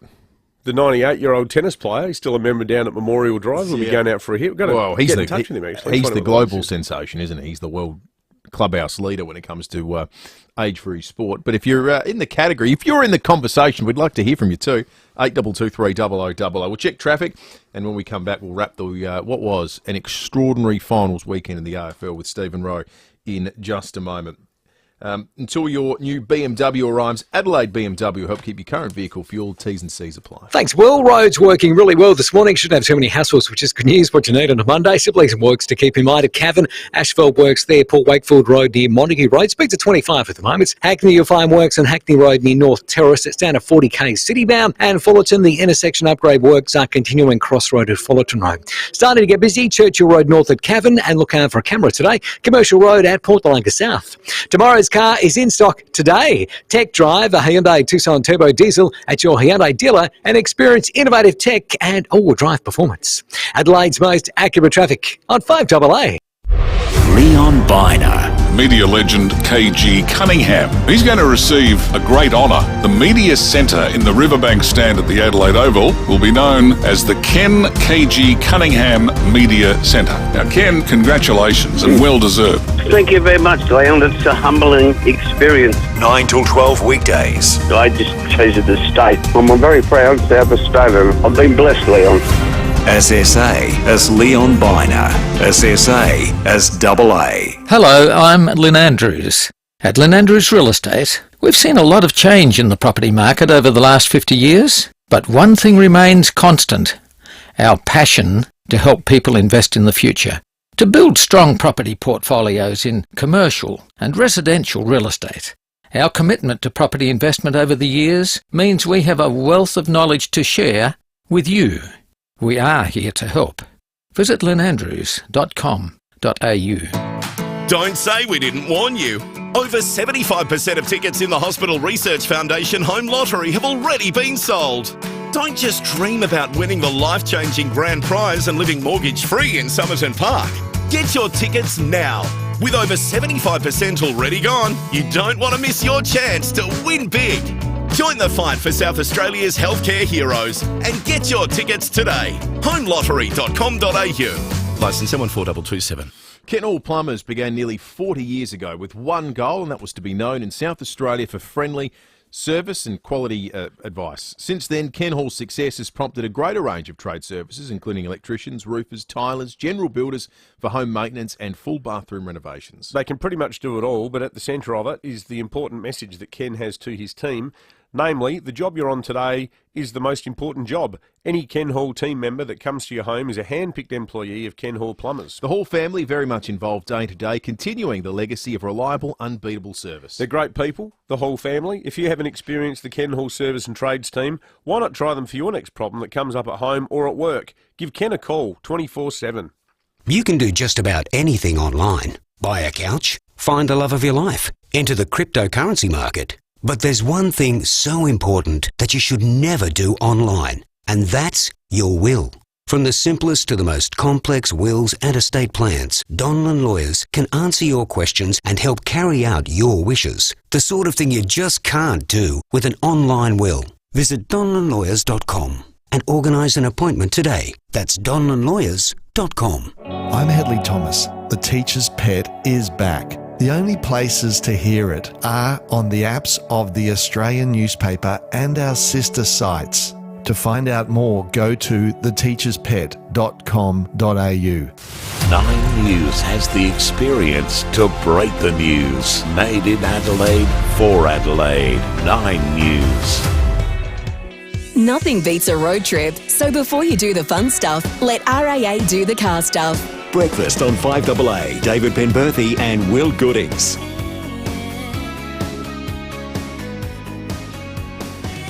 "22 after 7. Before we wrap what was one of the great weekends in AFL Finals football, we should look forward to the AFL Grand Final for one big reason. 'Cause there's one day in September we want to remember.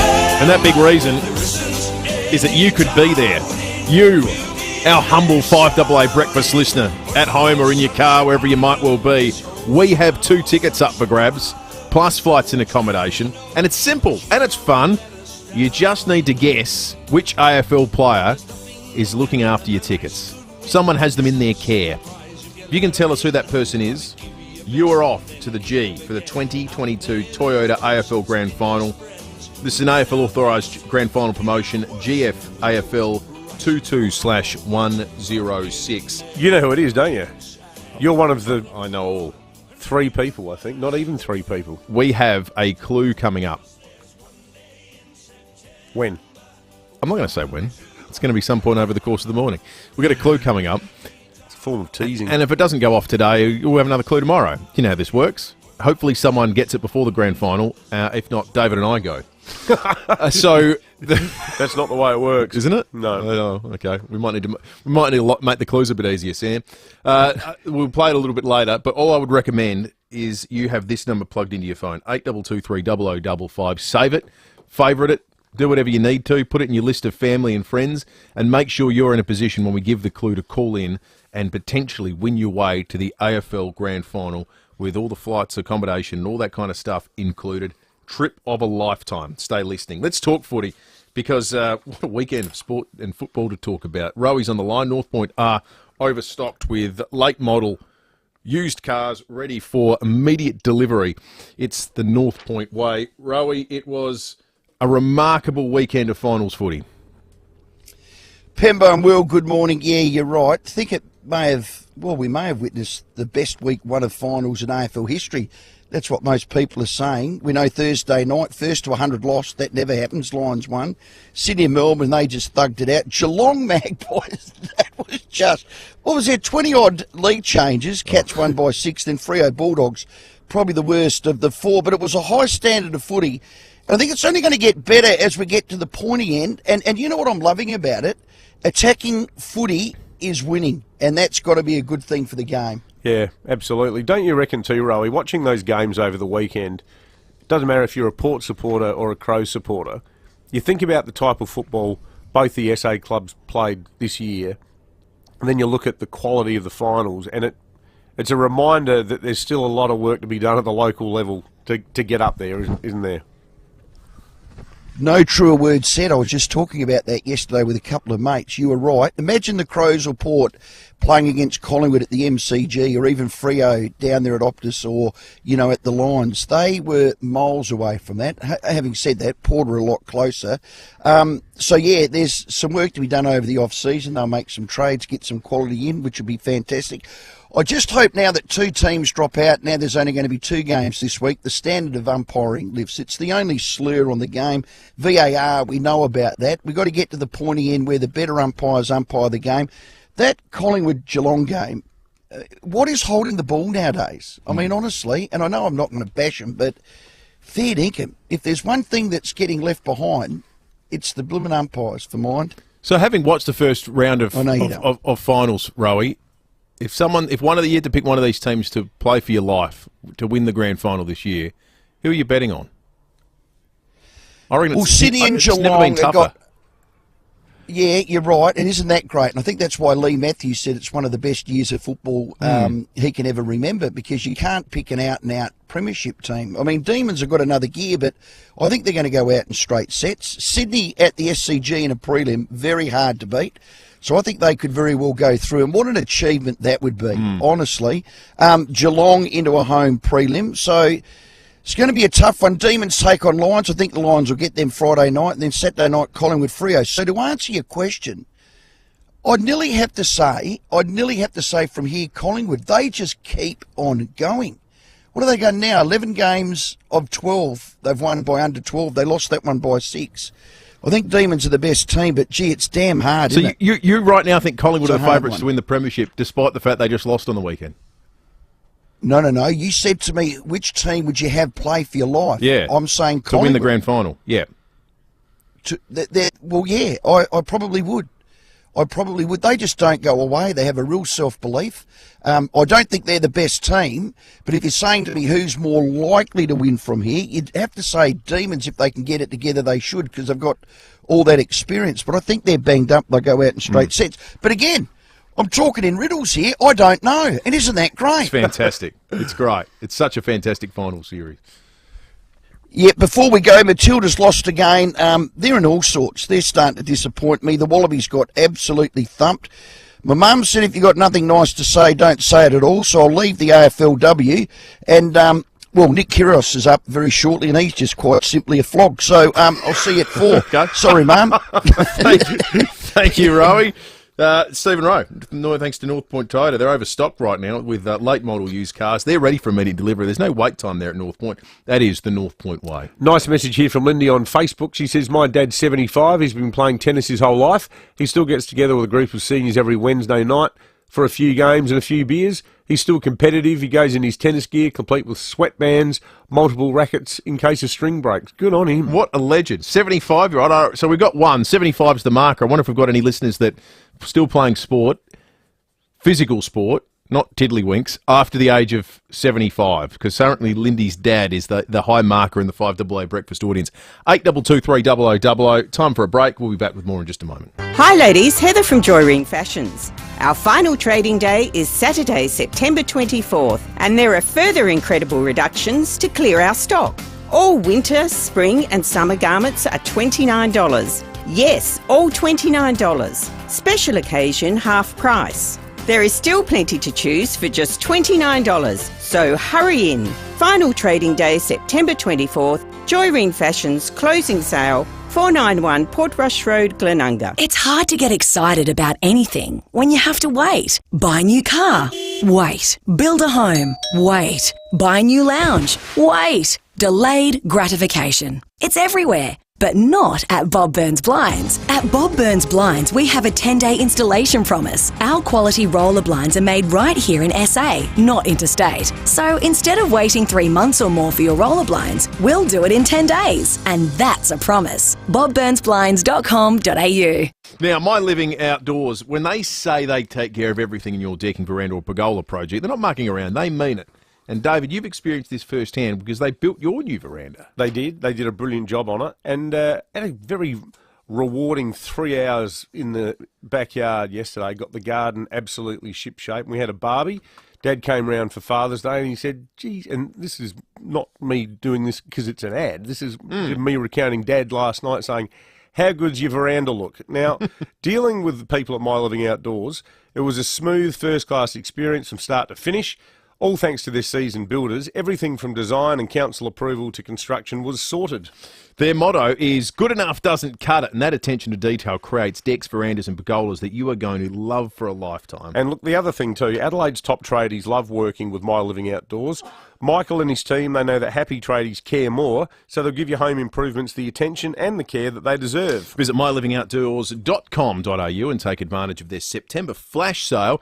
Get in quick to get free installation on any home improvement project, but hurry, this offer ends 30th of September. The all-new Nissan SUV range is being previewed at Nissan dealers this September. To get an early look at the all-new Qashqai, X-Trail and Pathfinder, contact your Nissan dealer or search Nissan Events.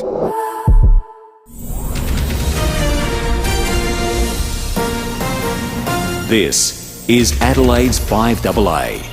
Partly cloudy and 17. With the 7:30 news, I'm Kendall Brettig. Don't miss 8 Audi bonus draws in the Hospital Research Foundation Home Lottery. Deadline is midnight Friday. Investigations continue into the death of a man at Port Neale on the weekend. The 66-year-old was found dead in a caravan. A 28-year-old local man's been charged with his murder. He'll face Port Lincoln Magistrates Court today. Police say the men knew each other and it's not a random incident. A man's died after his car ran off the Augusta Highway and crashed into a tree at Lockhill. Major crash officers are investigating the circumstances. The 46-year-old's death lifts the road toll to 51. It was 66 at this time last year. 3 17-year-olds have been arrested after they were spotted speeding in a Holden Commodore through the northern suburbs this morning.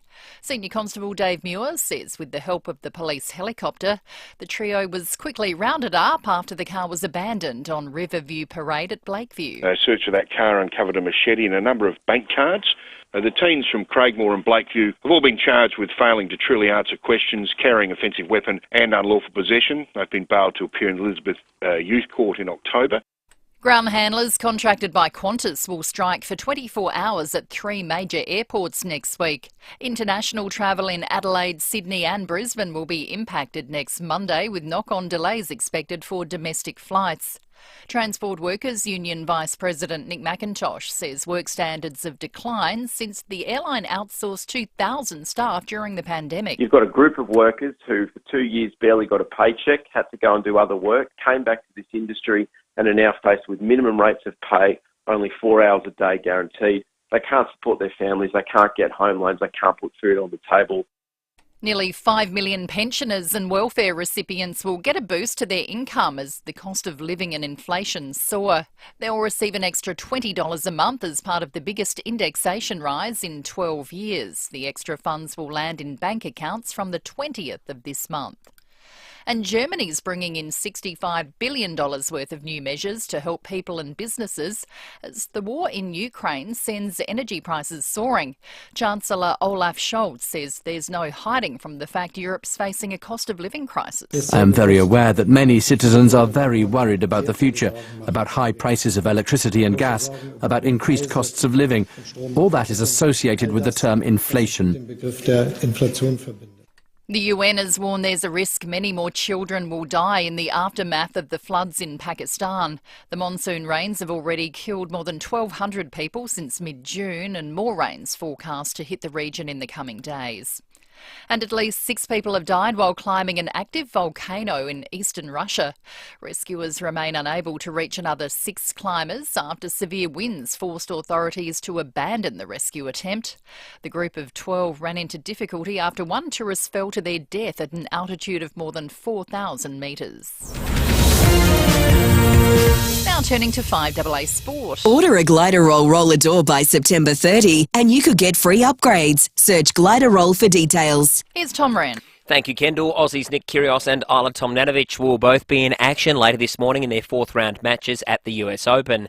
Casper Ruud and Matteo Berrettini are into the 4th round at the Open on the men's side after their respective matches in New York.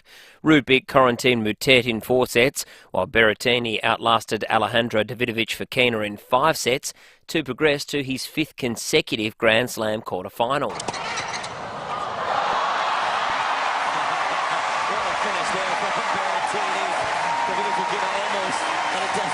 Got the record on with the toss. Well, it's back-to-back quarterfinals at the US Open for Matteo Berrettini. Audio there thanks to ESPN. On the women's side, Frenchwoman Caroline Garcia is into the quarterfinals, along with American Coco Gauff, who has only just won her match against China's Zheng Shui. Aussie Daniel Ricciardo has finished well out of the points, back in 17th place at the Dutch Grand Prix overnight, which was won by Max Verstappen. Meantime, in the bikes, Francesco Bagnaia has made it 4 wins in a row after taking out the San Marino MotoGP. That was in a thrilling finish. Here comes Bastianini! Bastianini! Oh, how close was that? How close was 300ths of a second. 300ths of a second between Paco Bagnaia and now Bastianini at the finish line. Look at the celebrations there. Audio thanks to Fox. Now Bagnaia still trails Fabio Quartararo in the overall championship. Aussie Jack Miller finished a disappointing 18th in the race despite starting on pole. And in the English Premier League, Manchester United's made it 4 straight wins after beating Arsenal 3-1, while Brighton belted Leicester 5-2. And that's the 5AA Sport. Now to the traffic. First National Real Estate. Their team of real estate experts will put you first. Looking pretty good today for the drive-in. No great hassle, simply some roadworks to keep in mind. At Cavan, asphalt works on Port Wakefield Road near Montague Road. Speeds reduced there at the moment. At Fullerton, works are continuing with the intersection upgrade there. Fullerton Road at Crossroad. And got a few cameras about to look out for on the drive-in today, including Commercial Road, Port Niagara South, and Happy Valley Drive at Happy Valley. You could win $30,000 and a tiny escape to the block, thanks to Colorbond Steel. Enter now. Search Colorbond Escape. Ends October 9. T's and C's apply. SA permit 1091. Adelaide's most accurate traffic on 5AA. Peter Jackson Blinds and Awnings for stunning service and results. Adelaide Metro and Mount Barker. Search Peter Jackson Blinds. A partly cloudy day, 17 the top, mostly sunny tomorrow, 20. Showers developing on Wednesday, 18, and showers for Thursday, 16. At the moment, 10. More news as it happens on 5AA. City Discount Tires. For the best advice and price on tyres and mechanical, see City Discount Tires. With local deals on the world's biggest and best brands in tyres, wheels, suspension and parts for four-wheel drive, SUVs and passenger cars. Finance available. Find your nearest dealer at citydiscounttires.com.au. We're driven by value. City Discount Tires. With everything going on, it's tough to stay ahead. But you can always rely on a great Aussie shed to protect your tractor, boat or car, even turned into your very own bar. Somewhere to pile up your bales of hay or to escape with a block of clay. Whatever the plan for your Great Aussie Shed, act fast, because our Great Aussie Shed sale is here at last. Visit one of our 4 display centres today. Olympic Industries, built to last. 5AA Breakfast is streaming live right now. To watch, simply head online to 5AA Facebook or search 5AA on YouTube. Nothing beats a road trip, so before you do the fun stuff, let RAA do the car stuff. Breakfast on 5AA. David Penberthy and Will Goodings. 21 minutes to 8. The CWA makes somewhere between $60,000 and $70,000 at each Royal Show. $70,000 if it's a good one. They're predicting this is going to be potentially a great one. We'll chat with the Country Women's Association doing a roaring trade in scones in just a few moments' time with the return of the Royal Show for the first time in years. But first, wanted to get you across a story that developed over the course of the weekend and will continue today when a 28-year-old man will appear in a Port Lincoln court charged with the murder of a 66-year-old. They're known to each other, according to police. This took place at a rural property on North Coast Road at Port Neal. Mike Lorrigan is in Port Lincoln for 9 News. He's been covering this story over the weekend. Mike, good morning to you. Good morning, gentlemen. So, Mike, we don't know much about the bloke who's lost his life. Well, his name, he was known locally as Robbo. There's some suggestion that he'd just recently returned after finishing a prison sentence in the Northern Territory. There's not many details, though, are there?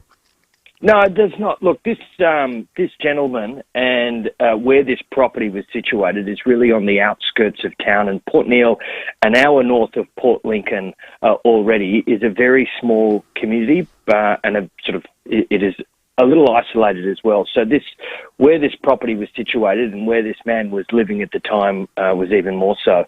So there is not too much known about this 66-year-old who has lost his life, other than a lot of locals have referred to him as Robbo, and that he has finished recently a prison sentence up in the Northern Territory, we understand, for a drug offence. So there is little known. But today, this 28-year-old man who's been charged with his murder will appear in court, and we're hoping to find a bit more about this situation that's unfolded over the weekend on the eve of Father's Day, and a bit more about the relationship between these two men, which we understand, and I understand, they are not family.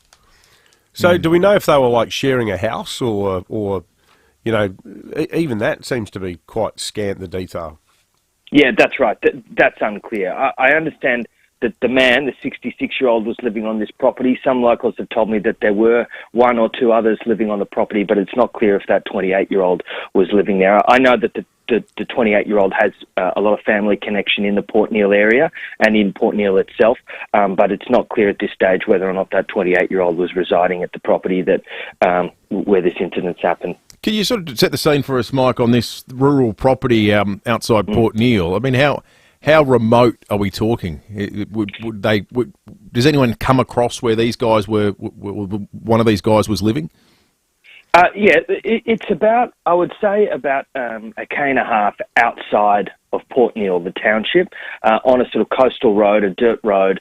It's just next to a golf course, actually, up there. And the nearest homes are probably about 500 metres away. And I would sort of refer to them more shacks. Is probably the best way to describe it. But there is some distance between properties and between homes. What happened on Saturday afternoon, the person who's now in custody, this 28-year-old, has gone to another property, a neighbouring property, about 600 metres, 700 metres away, and that is where the neighbour there has called police and raised the alarm, and the 28-year-old has been arrested around that property. So there's around a half a kilometre distance between these properties. There is some distance, but they are aware of who lives in them, and there are interactions between neighbours. One local who was really probably the nearest property to where this incident has occurred was quite hostile to us media there yesterday, and had some certain viewpoints around the media, so wasn't quite cooperative or didn't want to provide us any more information about what's happened, and that tends to be a bit of a general sense of the people that are living on the outskirts of town, particularly around this property. Yeah, we thank you for that report. Mike Lorrigan in Port Lincoln for 9 News Adelaide. Never been to Port Neal. It looks like quite a pretty spot. It's one of those rare South Australian beach towns that faces east. So you get the sun coming up over the water and sinking at night, going down at night over the town. I always find that really disconcerting, having grown up in Adelaide. South Australians, Adelaide people always do. It used to be called Carrow until 1940 when it was renamed for the warden, a warden of the Marine Board, Andrew Sinclair Neal, hence the name Port Neal that it has. It was named after a Victorian journalist who's obsessed with camps before, was it? Sorry, OW. Okay, I don't think it preceded Caroline Wilson. Let's talk about the Raw show, because that's a hell of a lot of fun. I'm going today. I'm so excited. You're going today. It looked like, driving through the area over the weekend, they were doing a roaring trade. No one will know better than Davina Quirk, the president of the South Australian Country Women's Association. Davina, good morning to you. Good morning, Lloyd. How are you going? We are good, Davina. Very excited about heading along today. I'll tell you what, there must have been so much pent-up scone-making excitement after 3 years without a show. Look, I mean, it's just been such a relief, I think is the best word. You know, not just for us, but for the Royal Agricultural Society as well. You know, they've everybody that's involved with it. You know, each year, especially last year, it was so close to being done and then cancelled on us. So it's been absolutely marvellous. The girls have been busy making scones. I think over the weekend they've made nigh on. Well, I got told the figures. Was it about 6,000? Yeah. No. Yeah. No, sorry, 3,000. I think they had 1,400 on Saturday, 1,437 or something, and about 1,520 they made yesterday. Crikey. So they're made fresh every day. They're not baked. They're not baked in like those great big huge ovens that bake like what's names have. These are actually worked and done. And made fresh every day. So anybody who's going down, you've got to go down and get your scones. You're making me hungry, Davina. And of course the jams will be freshly made up there too, because the jam was made earlier this year out of fresh fruit. So, you know, that's only part of what is down there. And of course, everybody will be out to see Evelyn. Evelyn's been the our cover girl that is around on the in all the advertising at the moment, and she's there in the afternoons. So she was the best choice to have representing the SACWA, because she is quite, you know, she's been there for so long, just being on that front counter. So, Davina, just because going to the show, people need to have their memories refreshed. It's been so long.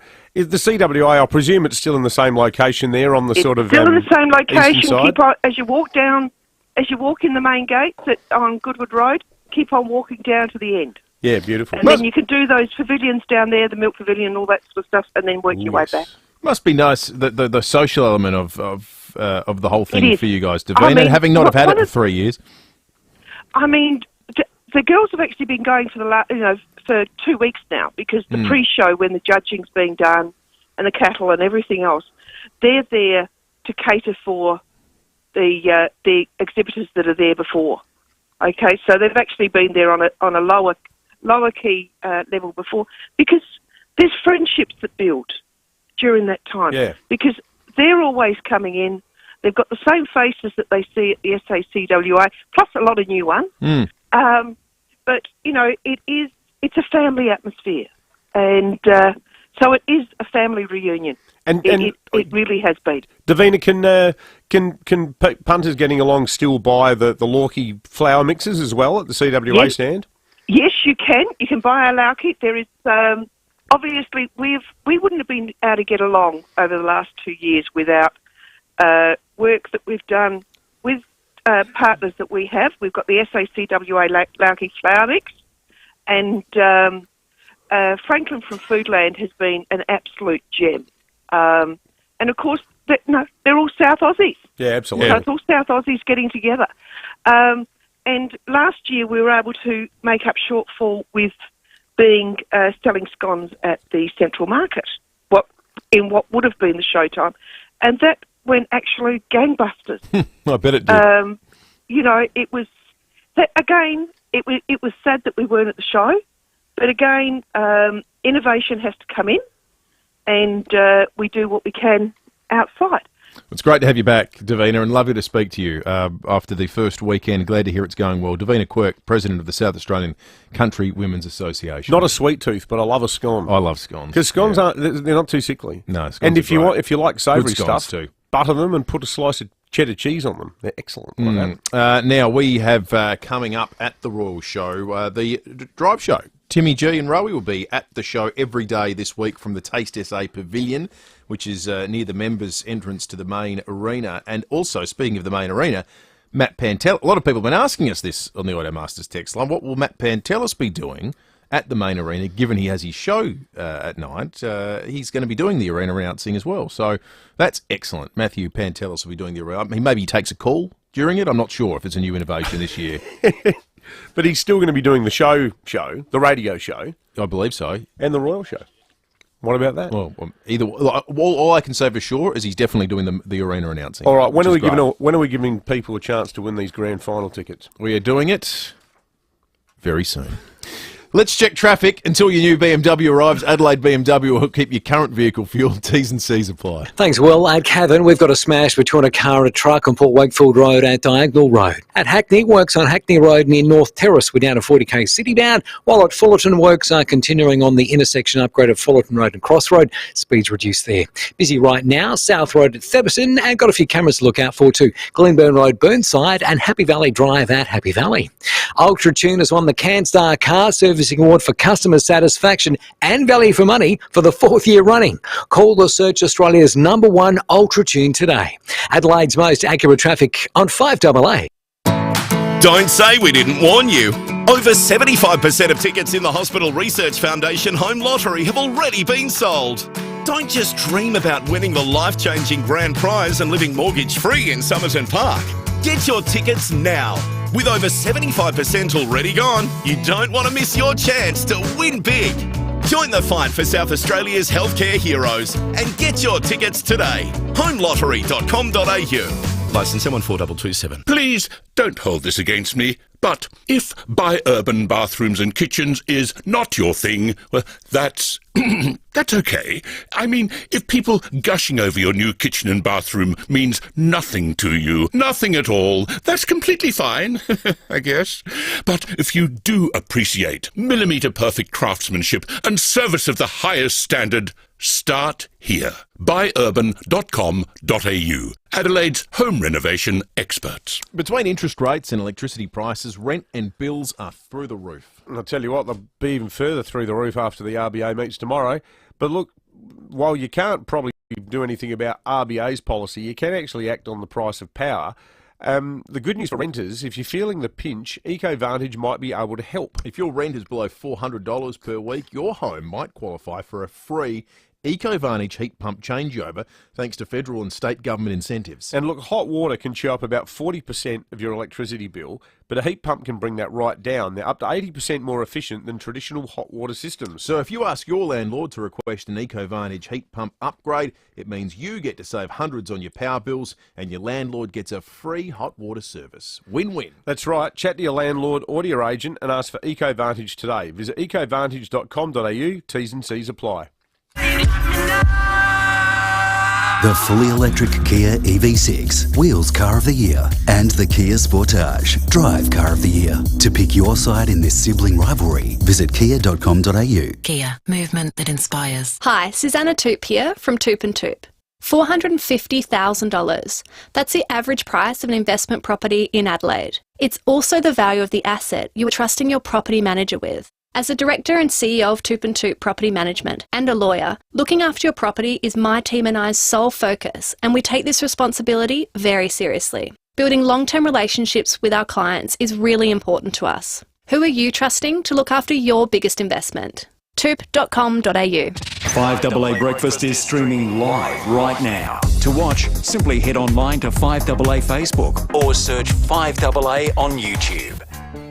Nothing beats a road trip, so before you do the fun stuff, let RAA do the car stuff. Breakfast on 5AA. David Penberthy and Will Goodings. 708, lovely stories of people playing sport older in life, later in life on the Automasters text line. Started with Lindy's father, Jim, who's still playing at 75, been playing his whole life. Andrew's mother's been playing badminton or played until she was 80 years of age. How about this one from Matt, who says, my grandfather, Peter, is 81 and recently won silver in the World Triathlon Championships in Montreal and is the current best in age group in Australia. How about that? That's incredible.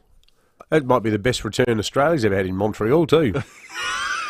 That's why they set up the AIS. Paddy on the live stream says, my dad, Milan, plays tennis twice a week. He was 84 last Thursday. Mum plays too, but she's just 80. So she's the sprightly member of the The doubles spring partnership, chicken. presumably.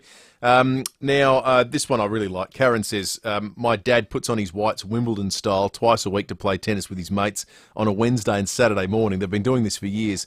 One of the members underwent a triple bypass operation a few years ago, but is back playing.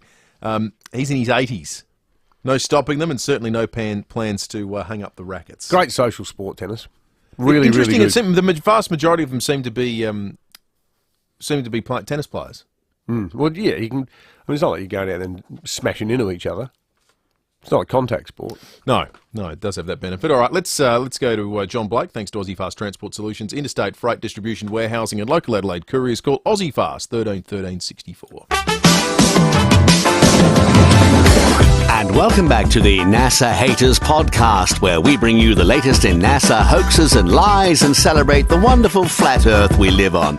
What a surprise, the latest attempt to launch that joke of a rocket Artemis 1 failed again, just exposing them for what they are, a bunch of charlatans. Joining me in the NASA Haters Podcast studio is well-known NASA hater, moon landing hoax expert, and author of the books I Don't Understand It So It Can't Be True and I Don't Know How to Do It So Neither Do They, Mr. Don Berkeley. How are you, Don? Very well, thanks. So, tell us why NASA never went to the moon and why they won't this time either. Well, you can tell we never went to the moon by the amount of people who say we did. Yes. 10 or 15 years ago, nobody was arguing about the flat Earth or the moon landing hoax, and now everybody's coming out and saying how stupid we are. Yes, that is true. I had someone yesterday call me a dickweed. Yeah, well, why are they calling us names if they've got nothing to hide? Good point. They've got so many people now on YouTube doing debunking videos saying that we did land on the moon and that the Earth is round. Well, that proves that we're onto something and that they're frightened of being exposed. Yes, and that is, let's face it, good old flat earther logic. That's right. So many people arguing for the existence of a round Earth and so many people saying we did land on the moon.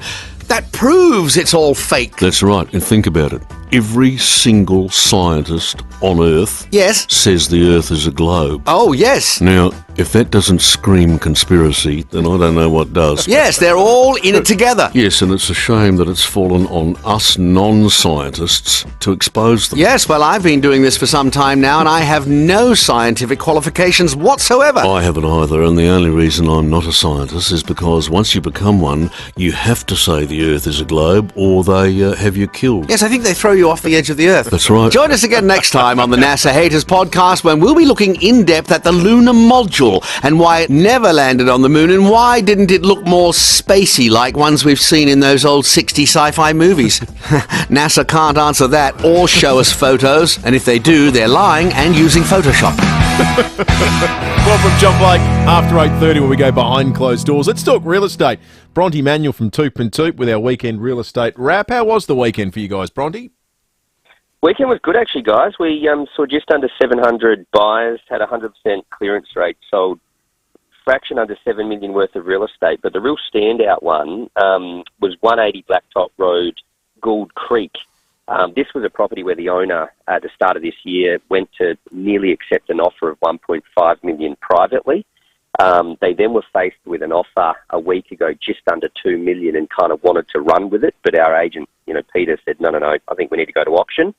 After 70 bids, that property sold for $2,707,000, which was $617 above reserve, which was, inflated just for the purpose of it. So Gould Creek, a lot of people don't know where it is, but that was our standout. The 10 acres out there. I'll tell you what, he must be pretty happy that he didn't take the 1.5. Well, I think at the end of the day, if on paper, technically, that $2 million, or just under $2 million offer a week ago, they should have took, but the heat of the market just said, no, you need to run it. But as an agent, if you told that person they were going to, sell the property for over $2.3 million, they'd show you the door and say, you're a real estate agent pulling our leg. Not going to happen. So, amazing. There's still amazing things happen. We had another one in Netherby that they bought the property for 1.8 just under 9 months ago, and we sold that for 1,897. That's a 5% increase in a very short period of time. Good stuff. Bronte Manuel from our good friends at Toop and Toop. Thanks for joining us. We'll catch up again next week. Cheers, guys. Bye. 2 to 8, breaking at 8, coming up right after 5AA News. G'day, it's Eddie May from NRG Solar. Don't you hate it when things are out of your control? Like electricity prices, they're skyrocketing. And if you've just received your winter power bill, you'll know exactly what I mean. With NRG solar on your roof, combined with battery storage, you could zero out those power bills altogether. Visit nrgsolar.com.au today and take control of your power bills for good. That's nrgsolar.com.au or visit our interactive showroom at 406 South Road at Richmond. Jason Clark from Simons Clark Logistics talks about One Solution and how they streamlined his business. We were lacking an integrated approach to our IT. We needed support and to future-proof our business. Security was also a concern for us. One Solution assessed and designed a new reliable, failure-safe solution for our business. Combined with the local help desk, IT support at Simons Clark is now in a great position for the future. Visit onesolution.net.au, winner of the National Telstra Customer Experience Award. Now, are you a cask water drinker? Have you got a dodgy back? Do you make the regular trek to the shops to haul those heavy boxes home? And if you don't have a dodgy back, you soon will if you keep doing that kind of stuff, trying to balance 10-odd kilos on one side and groceries on the other. But look, the other thing too is the cost. A cask of water now sets you back well over $5. Lasts maybe a week at home, or only a couple of days in our case when we used to get them, and it all quickly adds up to hundreds of dollars over the year. So $5 a week. Now you don't need to enlist your account to solve this one for you. If you get $5 a week, PureTap's $6 a month. Now you're ahead by my math. You are. If you switch to PureTap, the other thing you've got guaranteed is refreshing drinking water without the hassle, and it's unlimited. You can just keep going back to the well, so to speak. That's right. Tap looks good, water tastes great. Don't waste time, plastic and money on cask water and bottles. Get the taste without the waste and switch to PureTap. It's easy to get set up, and there's some stunning designer taps to choose from. So do what I did, switch and save today. Give PureTap a call on 133 502. 9 News has the experience to break the news. Made in Adelaide for Adelaide. 9 News. Online, on DAB Digital Radio and on 1395 AM. Talking Adelaide. This is Adelaide's 5AA. Partly cloudy and 17 with the 8 o'clock news. I'm Kendall Brentig. Don't miss 8 Audi bonus draws in the Hospital Research Foundation Home Lottery. Deadline is midnight Friday. A man will face court today charged with murder following the death of a man at Port Neal. The 66-year-old was found dead in a caravan on Saturday afternoon. A 28-year-old local man's been charged with his murder. Police say the pair know each other and it's not a random incident. Mike Lorrigan from 9 News is there. Where this property was situated is really on the outskirts of town, and there is not too much known about this 66-year-old who has lost his life other than a lot of locals have referred to him as Robbo, and that he has finished recently a prison sentence up in the Northern Territory, we understand. The state's road tolls climbed after the death of a man at Lockhill yesterday. A Toyota station wagon ran off the Augusta highway and hit a tree. The driver and sole occupant, a 46-year-old man, died at the scene. The number of lives lost on our roads is now 51. It was 66 at the same time a year ago. 14 cars have either had their tyres slashed or deflated in Murray Bridge during a crime spree overnight. Just before 2, police were driving along Owl Drive when they noticed a car with a flat tyre. A search of surrounding streets located another 13 cars with either deflated or slashed tyres. Senior Constable Dave Muir says anyone who finds their cars have been tampered with is urged to contact police. Please call the police assistance line on 131 444. We're also asking residents to check their CCTV and to notify us in the first instance via Crime Stoppers on 1800 333 000 if you discover some form of evidence with people in the street, for example. The Albanese government and opposition are locked in a bitter feud over wages as federal parliament sits for another fortnight. More from Michael Packey in Canberra. The opposition is vowing to fight a union push that would give them greater power over wage agreements. Unions would like to simultaneously negotiate pay deals with multiple small businesses who operate in the same sector. The coalition argues such a move could not only leave businesses worse off, it would spark increased strike action. The federal government claims this is just breathless hysteria from the opposition because in other parts of the world, these sorts of deals have resulted in fewer disputes. Hundreds of airport baggage handlers are expected to go on strike next week. 350 staff in Brisbane, Sydney and Adelaide will walk off the job on Monday for 24 hours over pay and job security. The action's expected to affect international flights, but there could be flow-on impacts to domestic travellers. An investigation's underway after people had to be rescued from a roller coaster on the Gold Coast. More from Mia Glover. It was late yesterday afternoon. 4 thrill seekers were on board the Scooby-Doo spooky roller coaster here at Movie World. If you're not familiar with the ride, it's an inside roller coaster, very dark, barely any light, and at one point the ride does travel backwards. All of a sudden, one thrill seeker, we understand, tried to take off an item of clothing, and that then triggered the ride's mechanism to stop. For an hour and a half, the carriage was stuck 10 metres in the air, a delicate rescue operation that needed Queensland Fire and Emergency Services help. They worked on them for that full hour and a half before releasing and freeing the 4 people to safety at around 5:30 p.m. Thankfully, no one sustained any injuries, and Movie World has said it's launched a full investigation. A US judge has dismissed a lawsuit over the image of a naked baby on the cover of a Nirvana album. Spencer Eldon was 4 months old when his parents were paid $200 for the underwater photo. The now 31-year-old had accused the band of engaging in child pornography, but the judge found he'd waited too long to file his lawsuit. The idea of using brown noise to help us sleep is doing the rounds on social media. Sleep scientist from the University of Newcastle, Dr. Gemma Paik, says it's different to white noise. Brown noise is sort of just the deeper sound and maybe a little less staticky. And lots of people have been using this on TikTok and promoting it on TikTok as a way that they can use to help their sleep.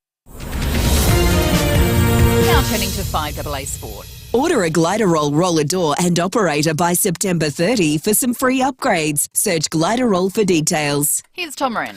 Thank you, Kendall. Let's start with footy. Port Adelaide's expected to up the ante for Josh Dunkley, with the Bulldogs now out of the premiership race. The 25-year-old's out of contract, with the Power set to offer the Dogs a first-round pick to trade him. And in the local league, North is through to the Sandford Grand Final after coming from behind to beat Adelaide by 10 points. They'll now await the winner of the Crows and Norwood, who will meet in the prelim. That's after the Redlegs took care of Glenelg by 28 points yesterday. Well, Aussie Nick Kyrgios will be out to extend his winning record against Daniil Medvedev this morning when they clash in the US Open round of 16. It'll be the 5th time they meet on the tennis tour, with Kyrgios winning 3 of their previous meetings, most recently in Montreal last month. And on the women's side, fellow Aussie Isla Tomljanovic will be looking to make her first US Open quarter-final when she takes on Ludmila Samsonova. To golf, a blistering final round from Aussie Cam Smith wasn't quite enough for him to claim a win in his first ever LIV Golf tournament. Smith fired 6 birdies and an eagle to fire an impressive 7-under round of 63. But he needed one final birdie on his final hole to make the playoff. Well, Smith for birdie at 2. Must make. Get in! Oh, well, he got it there. Well, he's given it a good go in his LIV Golf debut, Cameron Smith. Not quite enough on the final day. Smith finished at 14 under, while Dustin Johnson, Anaban Lahiri and Joaquin Neiman all finished at 15 under and are currently playing in a 3-way playoff. The winner to collect a very tidy $4 million. Max Verstappen has won his 10th race of the Formula One season after taking out the Dutch Grand Prix overnight ahead of George Russell and Charles Leclerc. Aussie Daniel Ricciardo was back in 17th. And 2 games in the EPL overnight, with Manchester United 3-1 winners against Arsenal, while Brighton beat Leicester 5-2. And that's the 5AA Sport. Now to the traffic. First National Real Estate. Their team of real estate experts will put you first. Not looking too bad for the drive-in today. Simply some roadworks to keep in mind at Cavan. Ashville works on Port Wakefield Road near Montague Road, speeds of 25. Hackney, you'll find works on Hackney Road near North Terrace. It's down to 40 as you're heading into the city. And Fullerton works are continuing on Cross Road at Fullerton Road. Slow going at the moment, down to 40. Look out for cameras on the drive-in. Commercial Road, Port Noarlunga South. And got another one, Hallett Road at Stonyfell. Wants a delicious meal or snack? Head to Guzmani Gomez for their nacho fries, just $9.90. Yes, nacho fries, just $9.90 a GYG for a limited time only. Adelaide's most accurate traffic on 5AA. Peter Jackson Blinds and Awnings for stunning service and results. Adelaide Metro and Mount Barker. Search Peter Jackson Blinds. Partly cloudy and 17 today, mostly sunny tomorrow, up to 20. Showers developing on Wednesday, though, down to 18, and showers for Thursday, 16. At the moment, 11. More news as it happens on 5AA. Gliderol has manufactured and installed garage doors in SA since 1974, and their commitment to quality is as strong as ever. So if it's time for a new look for your house or time to upgrade, why not now? Order a new roller door, sectional door or customer designer door with Operator by September 30th and you'll receive a free premium Operator upgrade and 2 bonus handsets. For a free measure and quote and helpful advice, search Gliderol today. Retail customers only, T's and C's apply. Nothing beats a road trip, so before you do the fun stuff, let RAA do the car stuff. Breakfast on 5AA. David Penberthy and Will Goodings.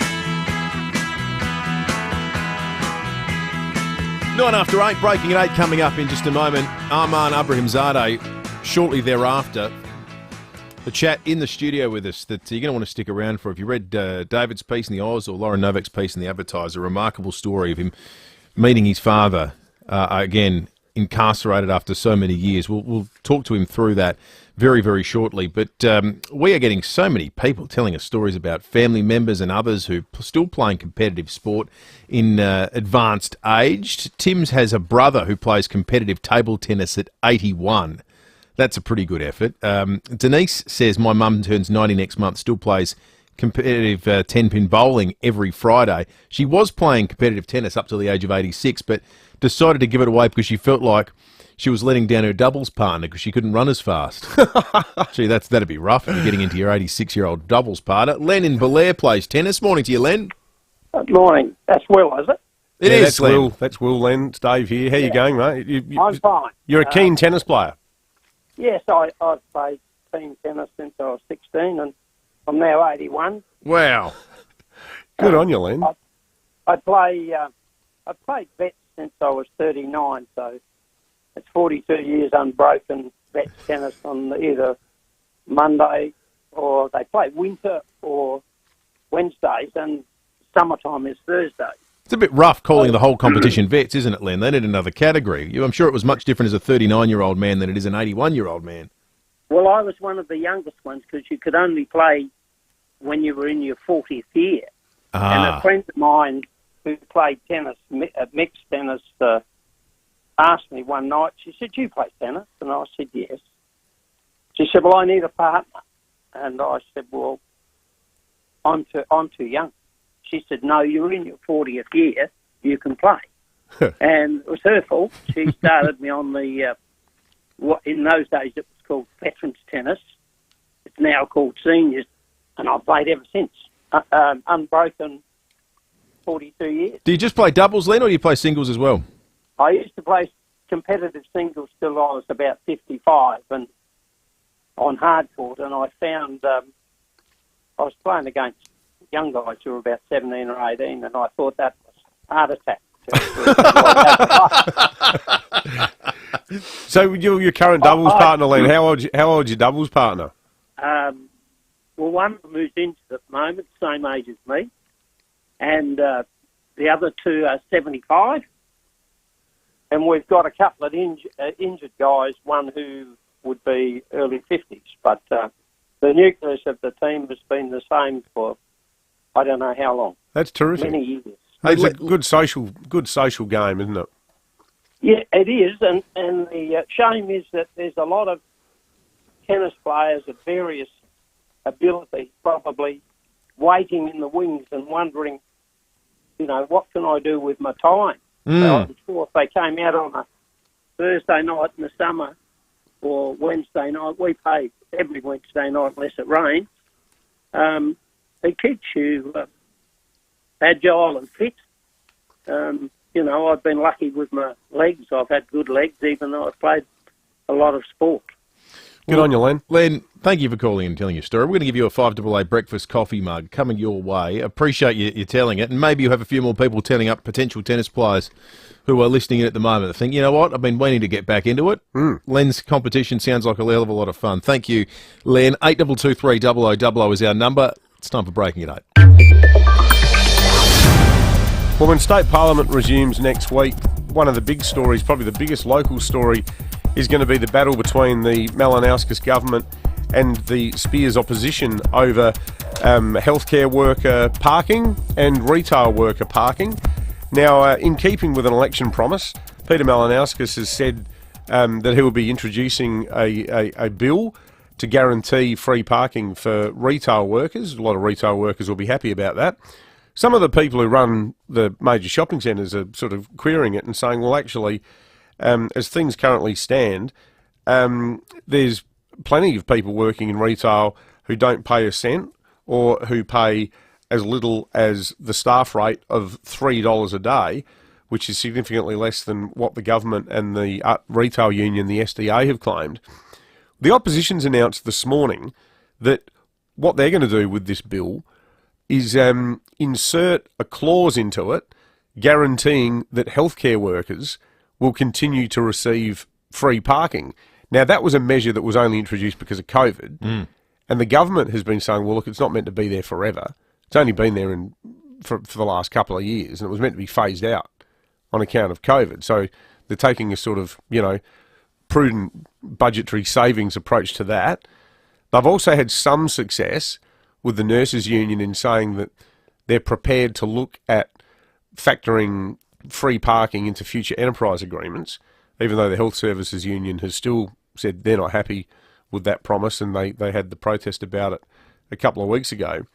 But I think Labor's going to say what the Libs are doing is a stunt.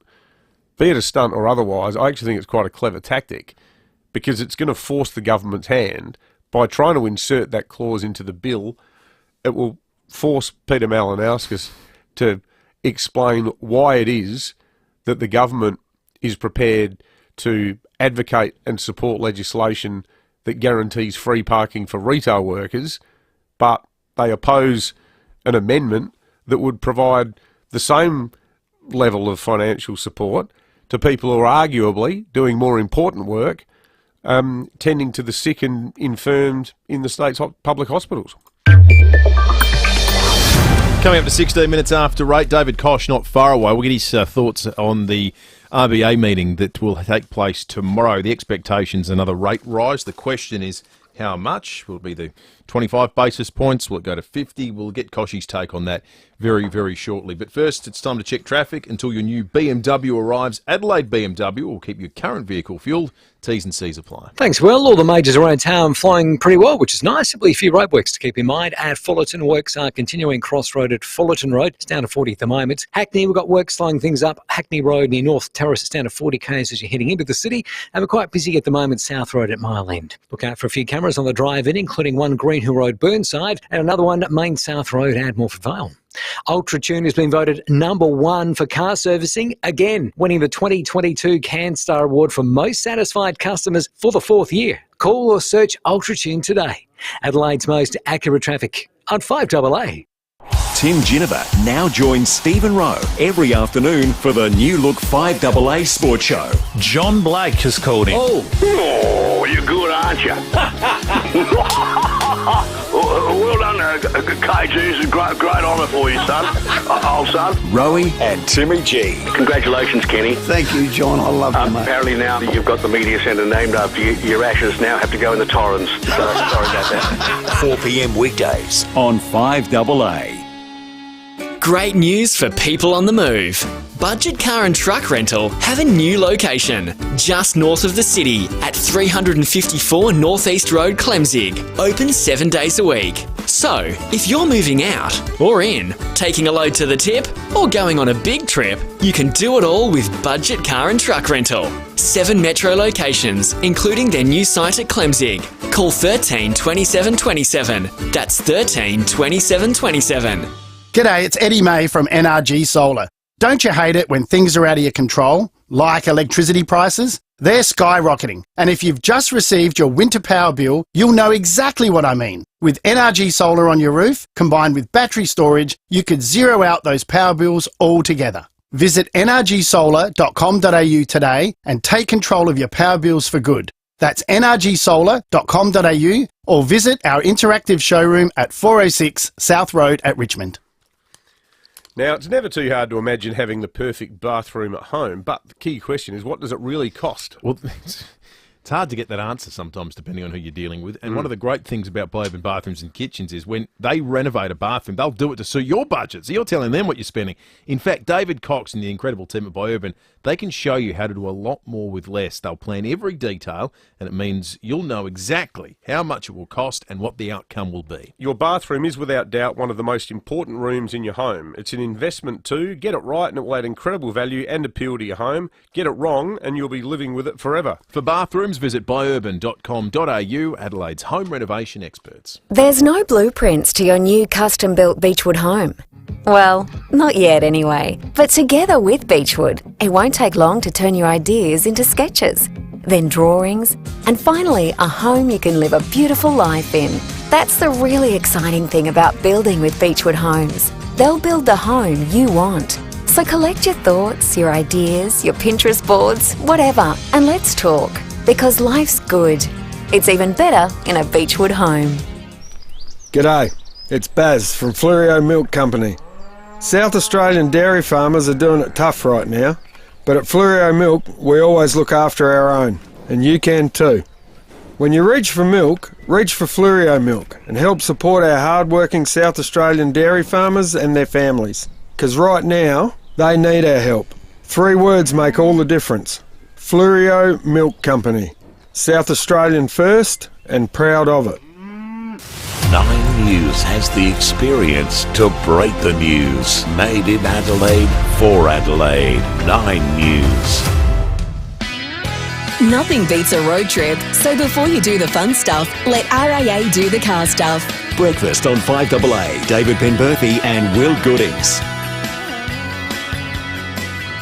20 minutes after 8, David Koch coming up after 8:30, and your chance to win tickets to the AFL Grand Final not too far away. Clue number 1 coming up. You just need to tell us who it is that's taking care of your tickets for you.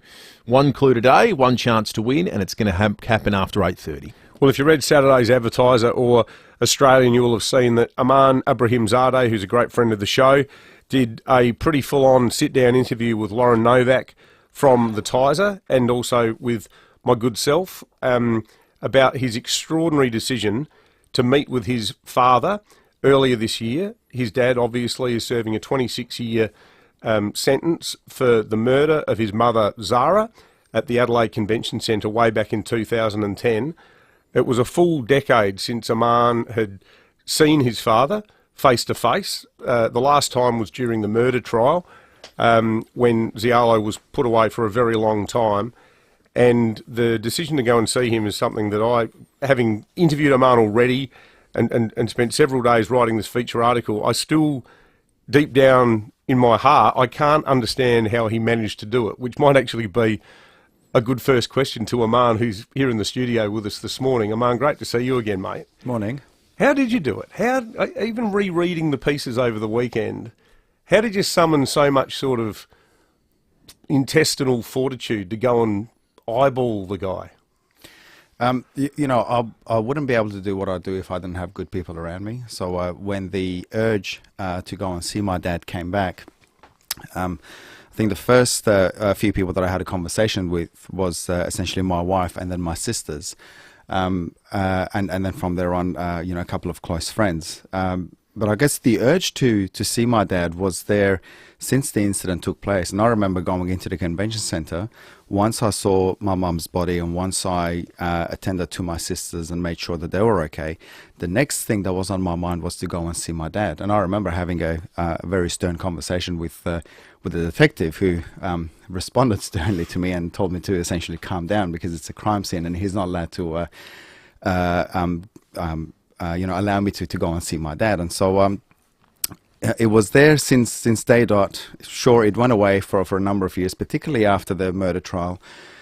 But then it slowly started to come back because as I grew up, I got engaged, I got married, I became a father myself. And I think that's when the urge really came back because I guess from my perspective, I didn't just want to question him on the about the incident that happened on the night. I wanted to talk to him about the 22 years of abuse that we faced as a family.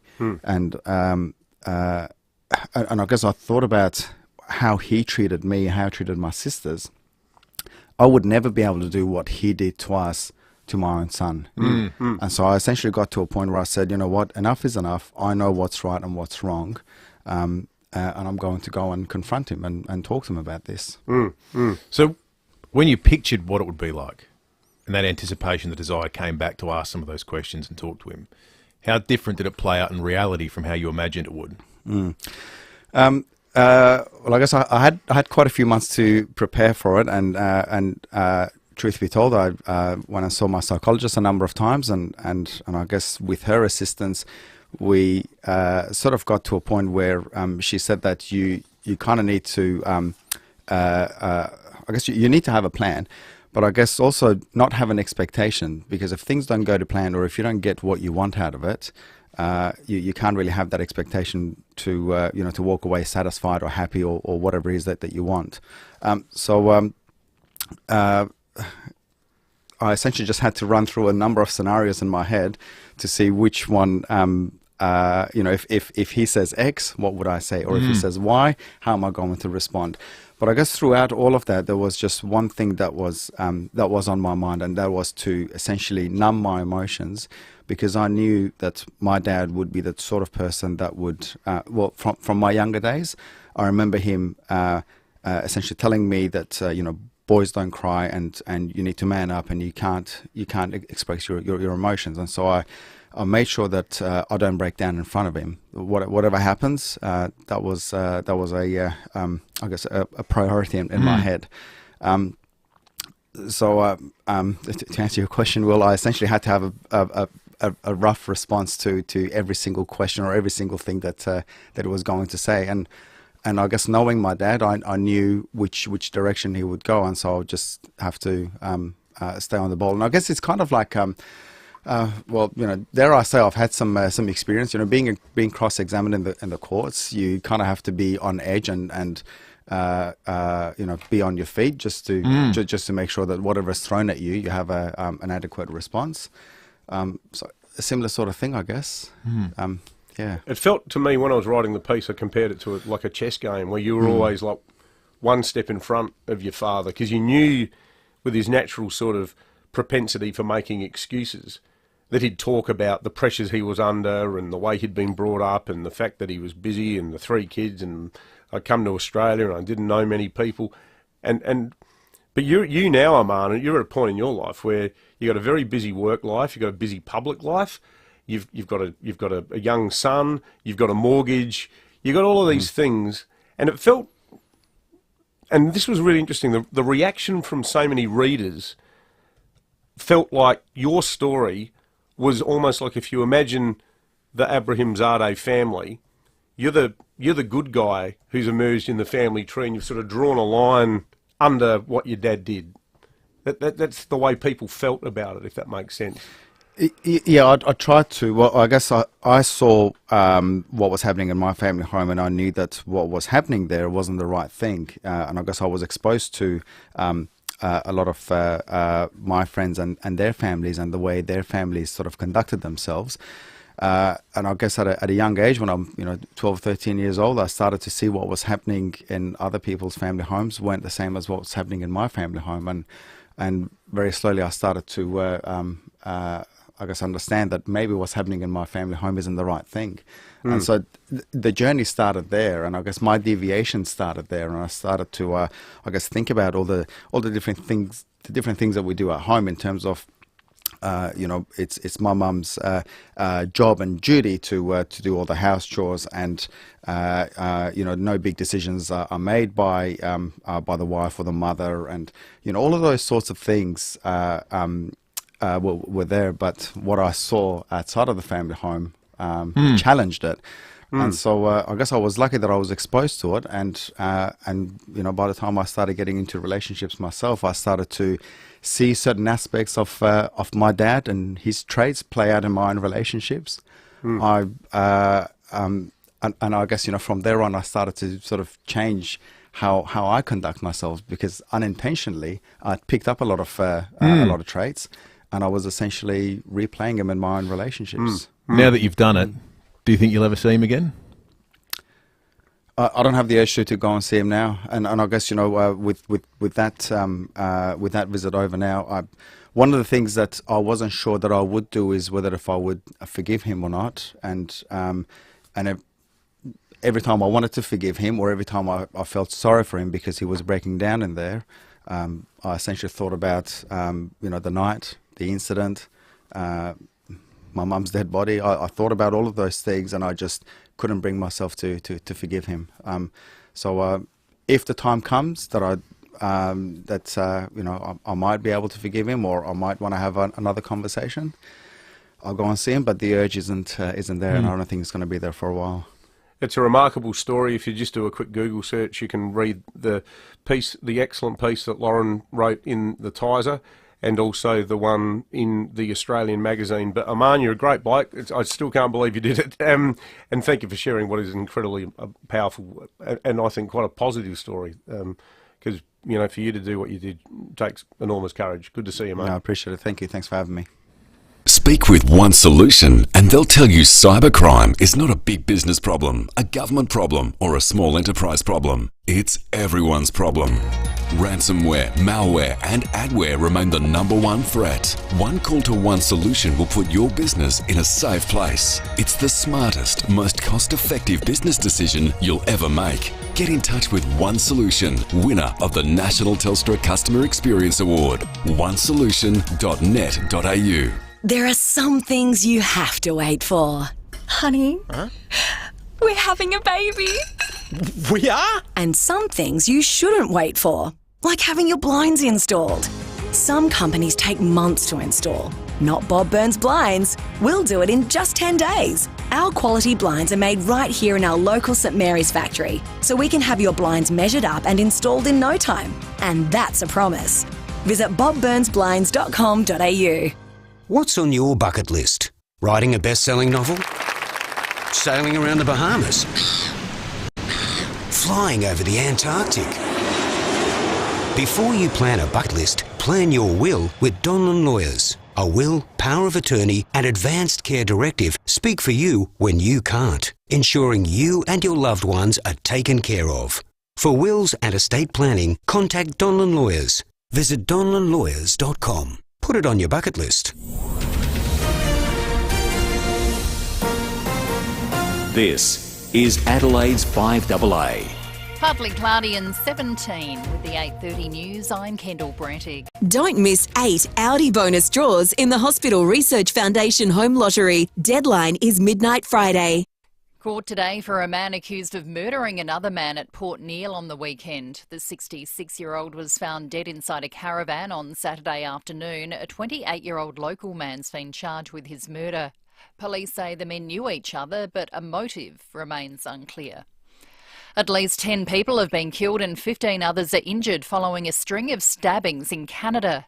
Police say 2 suspects are at large. Royal Canadian Mounted Police Commander Rhonda Blackmore says there are more than a dozen crime scenes. We have located 10 deceased individuals in 13 locations in the community of James Smith Cree Nation and Weldon, Saskatchewan. Several additional victims have been injured, 15 of which at this point have been transported to various hospitals.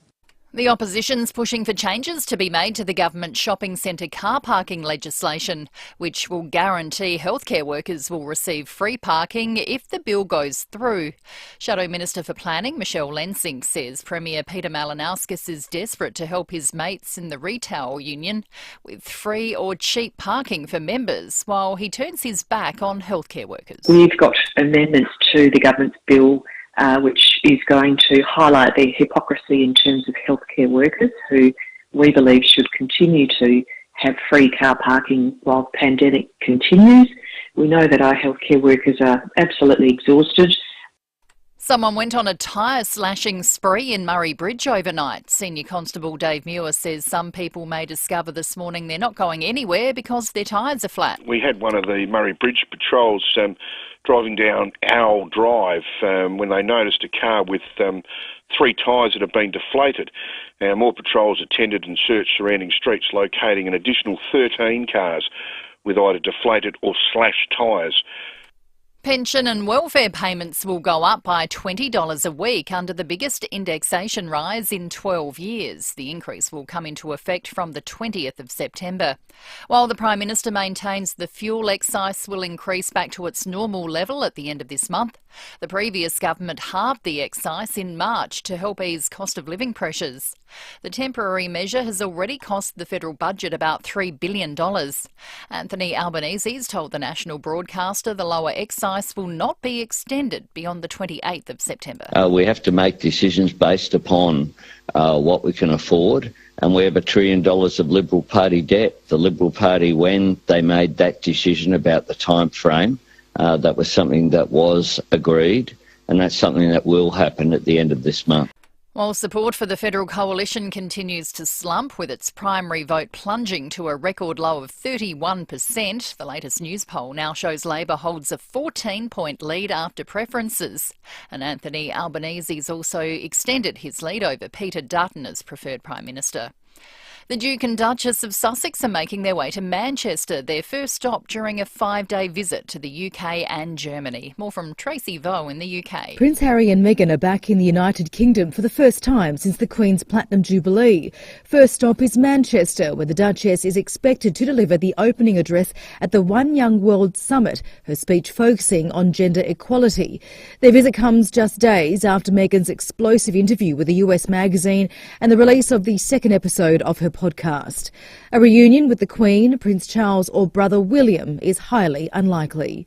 And former US President Barack Obama has won the Best Narrator Emmy Award for his Netflix documentary series. The Obama's production company Higher Ground is behind the 5-part series on national parks around the world.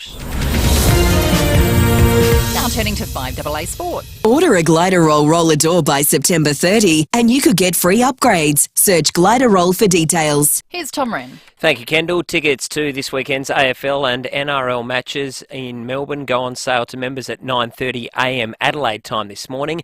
Meantime, North Adelaide has denied the Crows their first ever SANFL Grand Final appearance after winning yesterday's final by 10 points. The Crows will get another opportunity when they take on Norwood in the prelim final this weekend. To golf, American Dustin Johnson has claimed his first LIV Golf title after a dramatic three-way playoff in Boston. Anaban Lahiri, Joaquin Neiman and Johnson all finished at 15 under.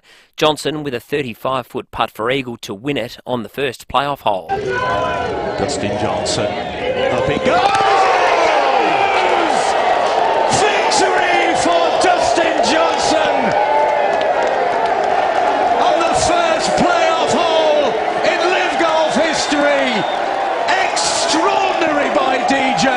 Yeah, it certainly was. Aussie Cam Smith finished just one shot behind in a tie for fourth. To soccer, and Arsenal's perfect start to the season has come to an end in the EPL after going down 3-1 to Manchester United. Marcus Rashford backing a double to help the Red Devils secure all 3 points. Ericsson for Rashford, it's 3-1, and that will be the end of perfection. Marcus Rashford at the double. Arsenal's perfect start to the season is going to come to an end at Old Trafford. Audio there thanks to Optus. There was one other game overnight with Brighton up to fourth on the table after coming from behind to belt Leicester 5-2. Aussie Nick Kyrgios is about to hit the court against world number 1 Daniil Medvedev in their 4th round match at the US Open. And Aussie Daniel Ricciardo has finished 17th in the Dutch Formula 1 Grand Prix, the race won by Red Bull driver Max Verstappen.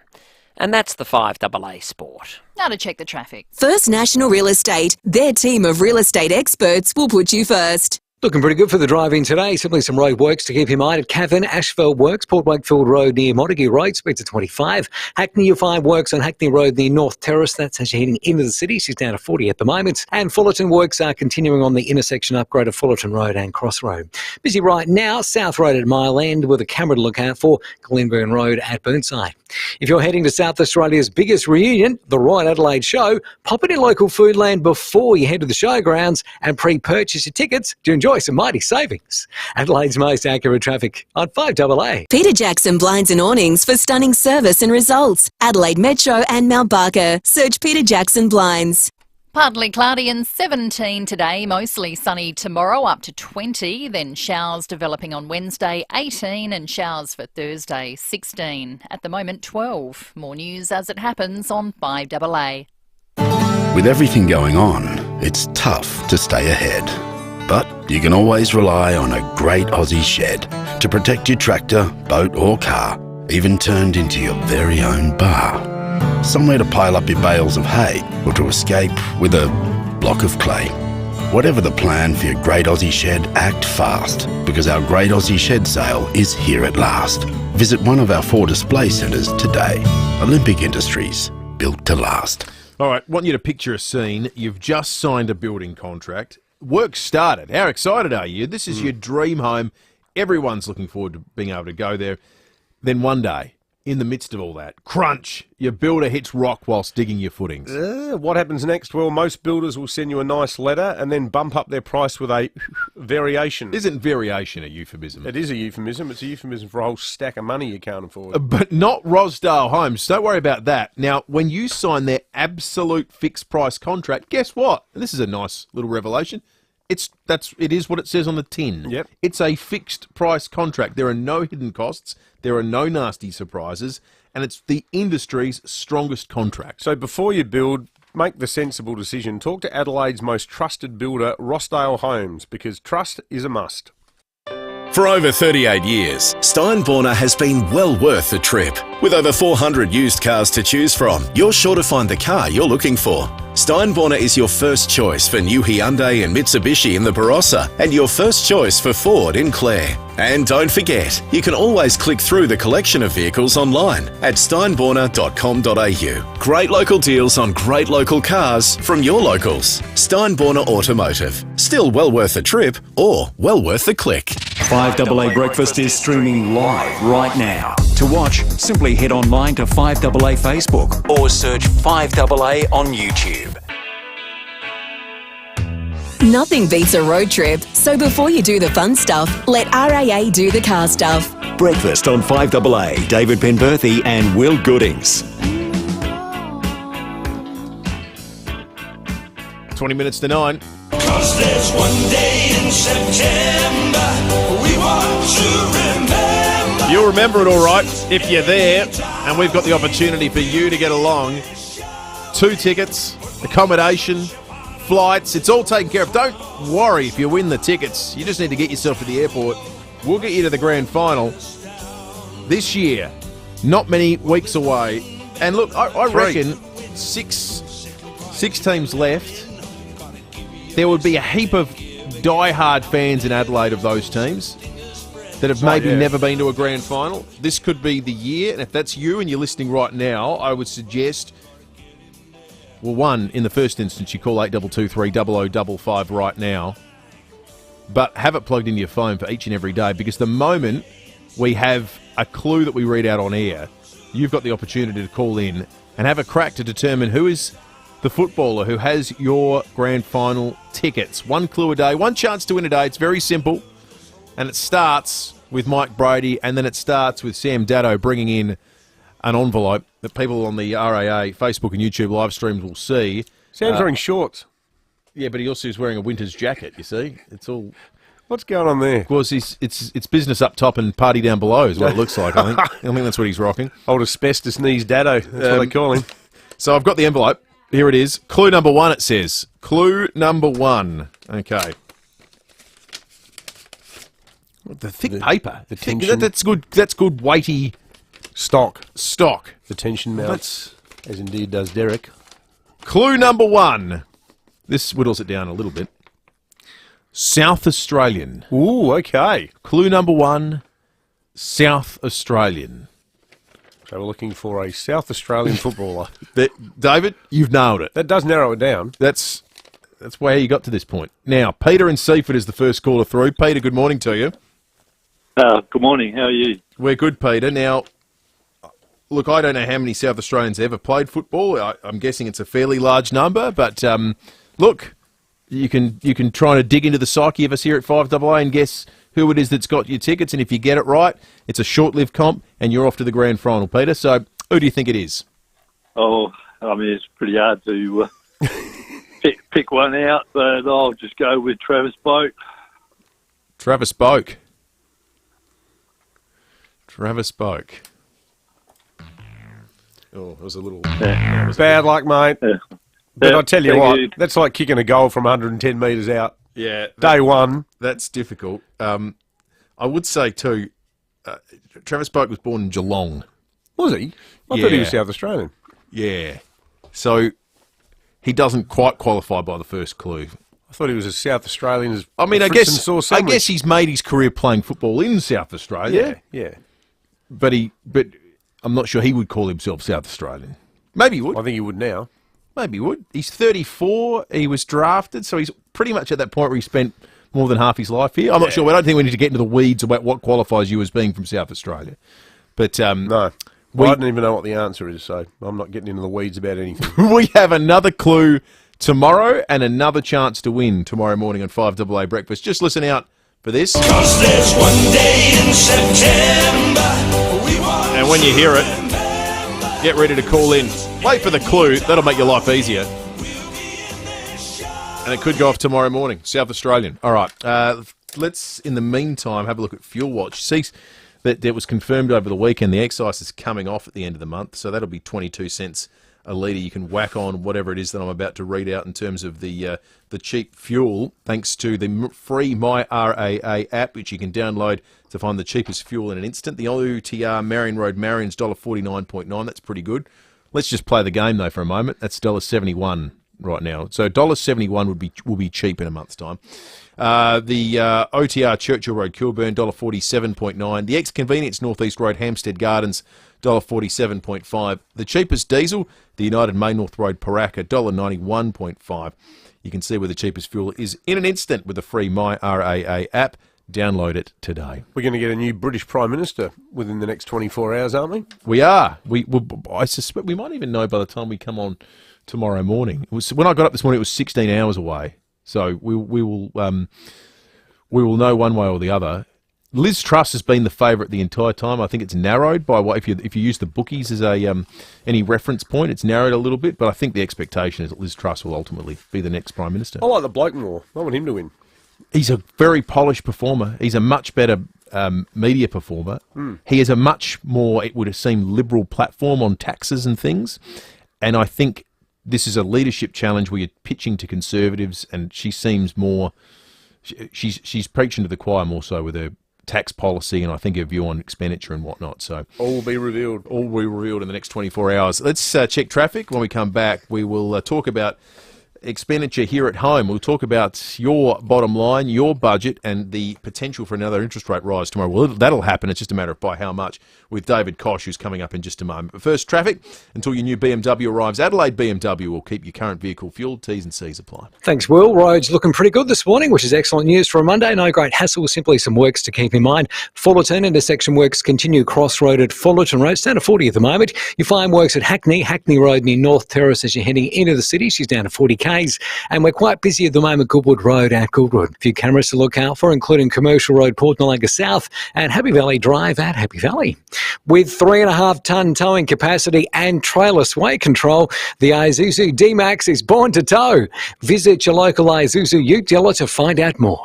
Adelaide's most accurate traffic on 5AA. Hi ladies, Heather from Joyreen Fashions. Our final trading day is Saturday, September 24th, and there are further incredible reductions to clear our stock. All winter, spring and summer garments are $29. Yes, all $29. Special occasion half price. There is still plenty to choose for just $29, so hurry in. Final trading day, September 24th, Joyreen Fashions closing sale, 491 Portrush Road, Glenunga. G'day, it's Baz from FIVEAA Milk Company. Just wanted to make sure you knew that our milk only comes from SA dairy farmers. So make sure the milk you buy is only from SA dairy farms. Because you see, no matter how tough it gets out there, our dairy farmers always put you first. So let's support them. Look for FIVEAA Milk Company products in your supermarket. 3 words make all the difference. FIVEAA Milk Company. South Australian first and proud of it. Everywhere you look, there's a sign popping up saying, sold by McGain again. And as we all know, there are still buyers everywhere at the moment, so you can expect plenty of great offers on your home right away. McGain have families lined up waiting for new homes to be listed for sale right now. So if you're looking to sell, contact the brilliant team at McGain and ask them about their McGain match strategy, because they could already have the perfect buyer for your property. That's right. With the largest amount of buyer activity in the past 20 years, it's the perfect time to act, and just another reason why everywhere you look, there's a sign popping up saying, "You've got it, sold by McGain again." Get in here. It's Sheeds. We don't have the time to mess around. We can't afford any more downtime, and we need a result. It's about trust, and for hydraulic hose repairs, Ryco 24/7 are the ones. They'll get to you wherever you are. Their vans are on the road with fully qualified repairers, and they are supported by that other great South Australian team, BL Shipway, who I've known for over 30 years. Call Ryco 24/7 on 133247 or visit ryco247.com.au. City Discount Tires. For the best advice and price on tyres and mechanical, see City Discount Tyres. With local deals on the world's biggest and best brands in tyres, wheels, suspension and parts for four-wheel drive, SUVs and passenger cars. Finance available. Find your nearest dealer at citydiscounttires.com.au. We're driven by value. City Discount Tires. 9 News has the experience to break the news. Made in Adelaide for Adelaide. 9 News. Nothing beats a road trip, so before you do the fun stuff, let RAA do the car stuff. Breakfast on 5AA, David Penberthy and Will Goodings.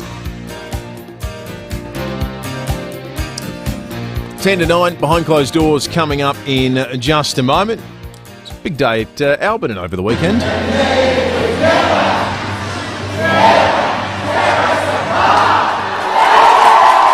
First ever AFLW game at Alberton. I think if you listen very closely, you can hear the voice of our next guest singing there. It's the host of Channel 7 Sunrise program, David Koch. Morning to you, Koshy. Morning, guys. Yeah, it was just a terrific day. We've been there since 1880, and this was the first time a professional female team had played for the club there. It was just a bit of history in the making. So it was a great day. Wish we could have got the points, but against the Bulldogs, they're a very experienced and hardened team. But the girls really played well, so it was a great day. It's great seeing it turning into a fully fledged competition now with every club represented, isn't it, Dave? Yep, it sure is. And the standard of football is just so good. And look, to play at Alberton, they're a very, very educated crowd that are there, and I think they really appreciated just the toughness of the girls and the way the game was played. So they're just getting a lot of attention, a lot of praise, and a big following, and deservedly so. We've got a really good young team, and they're doing us proud, which is great. So, Koshy, tomorrow the Reserve Bank meets. Yep. Nothing good's going to happen, is it? No. Okay. But there are two things. Yes, interest rates are going to go up, and they'll go up by 0.5%. Would you believe the banks are currently cutting their variable home loan rates, mortgage rates, but only for new borrowers? So now is the time to check your rate, to understand how much you're paying on your home loan, check what your bank is offering new customers, and to go to your bank and say, hey, I'm a loyal existing customer. I want a discount on my home loan rate to at least better the new one that you're offering. And if they don't agree to that, look at refinancing. Now, a lot of people think, refinancing my home loan is going to be hard, it's not worth the trouble. Let me tell you, it can be worth the trouble. Give it a go, and you can do it mainly online. A lot of the banks now have these digital applications where you can go and see if you get approval for a loan within 10 minutes.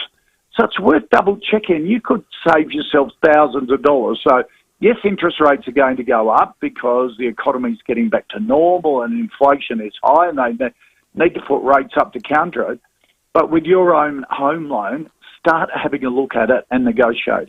It's great advice. Is there light at the end of the tunnel now, Koshy? When do you think we'll be out of this cycle of rate rises? Oh, I think it'll keep going through to the end of the year. We're better off than most other countries because our inflation rate is lower at the moment. Europeans are up sort of 15-16% because of their energy costs. At least we're a big energy producer here in Australia, an energy exporter, so that's giving us a bit of a cushion. But it looks as though at least until the end of this year, early next year, we should reach a peak and hopefully inflation start to level off and the level of growth reduce. So the banks are, Commonwealth Bank reckons that official interest rates could get to, they're hoping, a ceiling of 2.6%. Remember, they're 1.85% at the moment, likely to go up 0.5% tomorrow. Some of the other banks a bit over 3%. So we've got a little way to go. But again, just don't cop it on your own home loans. Negotiate and try and get the best deal, because refinancing of loans is at a record high at the moment as people are doing it. Great advice. Good on you, Dave. David Koch from Sunrise on Thanks, 7. guys. We'll chat again next week. See you guys. It's coming to 5 minutes to 9, and it's time to go behind closed doors thanks to Aussie Fast Transport Solutions, interstate freight distribution, warehousing and local Adelaide couriers. Call Aussie Fast 13 13 64. And when we get behind 13.95 Adelaide's 5AA. This is the Saturday Sports Show. KG and Cornsey. Hi folks, welcome to the Saturday Sports Show. It's a day for celebration and it's about time too. Ken KG Cunningham having the media centre at the Adelaide Oval named after him, and well deserved. No, come on, Starley. It's not well deserved. It's a great honour. It is a great honour, and I'm very humbled by it. And it's... I never... Yes, you're quite emotional about it, and that's fair enough, but it's well overdue. Well, thank you, Studley. If I'd been told 75 years ago that this would happen to me, I never would have believed it. Well, it's a wonderful thing, and I'm glad it's happened. Well, I'm very grateful because it means so much to my family. Well, they don't bestow these things on people who aren't deserving, so well done. Thank you, Studley. I really appreciate it. So, just so we can prepare ourselves, are you going to be crying for the whole show? Yes, pretty much done. Hello, John.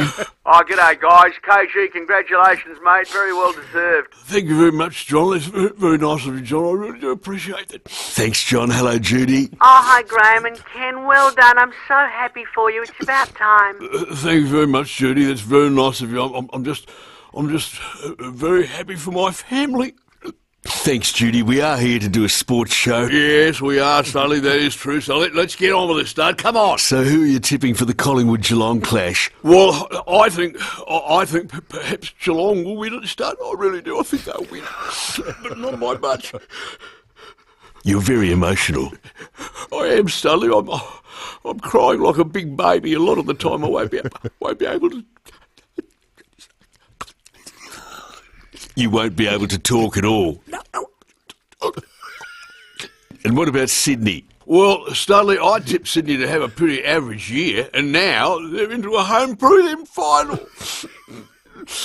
And Josh has just told me in the tennis, Serena Williams is in trouble. Yes, well, that's disappointing. Ken, she's playing an Australian. Oh, no, Studley. You're still emotional about having the media centre named after you? No, Studley, it's because I've just been exposed as a hypocrite. It was an emotional time. It was a lovely show, actually, hearing everyone call in and congratulate KG on his career. A lovely recognition. Great having Leith on the show on Friday to announce it all in Breaking at 8. And good on Peter Malinauskas and Bruce McAvaney and everybody else who's going to be there for the big event. But I mean, Blakey's right. Hard enough for KG getting through the show on Saturday. How's he going to go at the actual formal event? Yeah, bring the Kleenex. We're out of time. We'll be back tomorrow morning from 6. Leon Biner coming up next. Meet the LDV T60 Max with 160 kilowatts of power. It's one hell of a ute with one hell of an engine. So if you want a hell of a lot of power,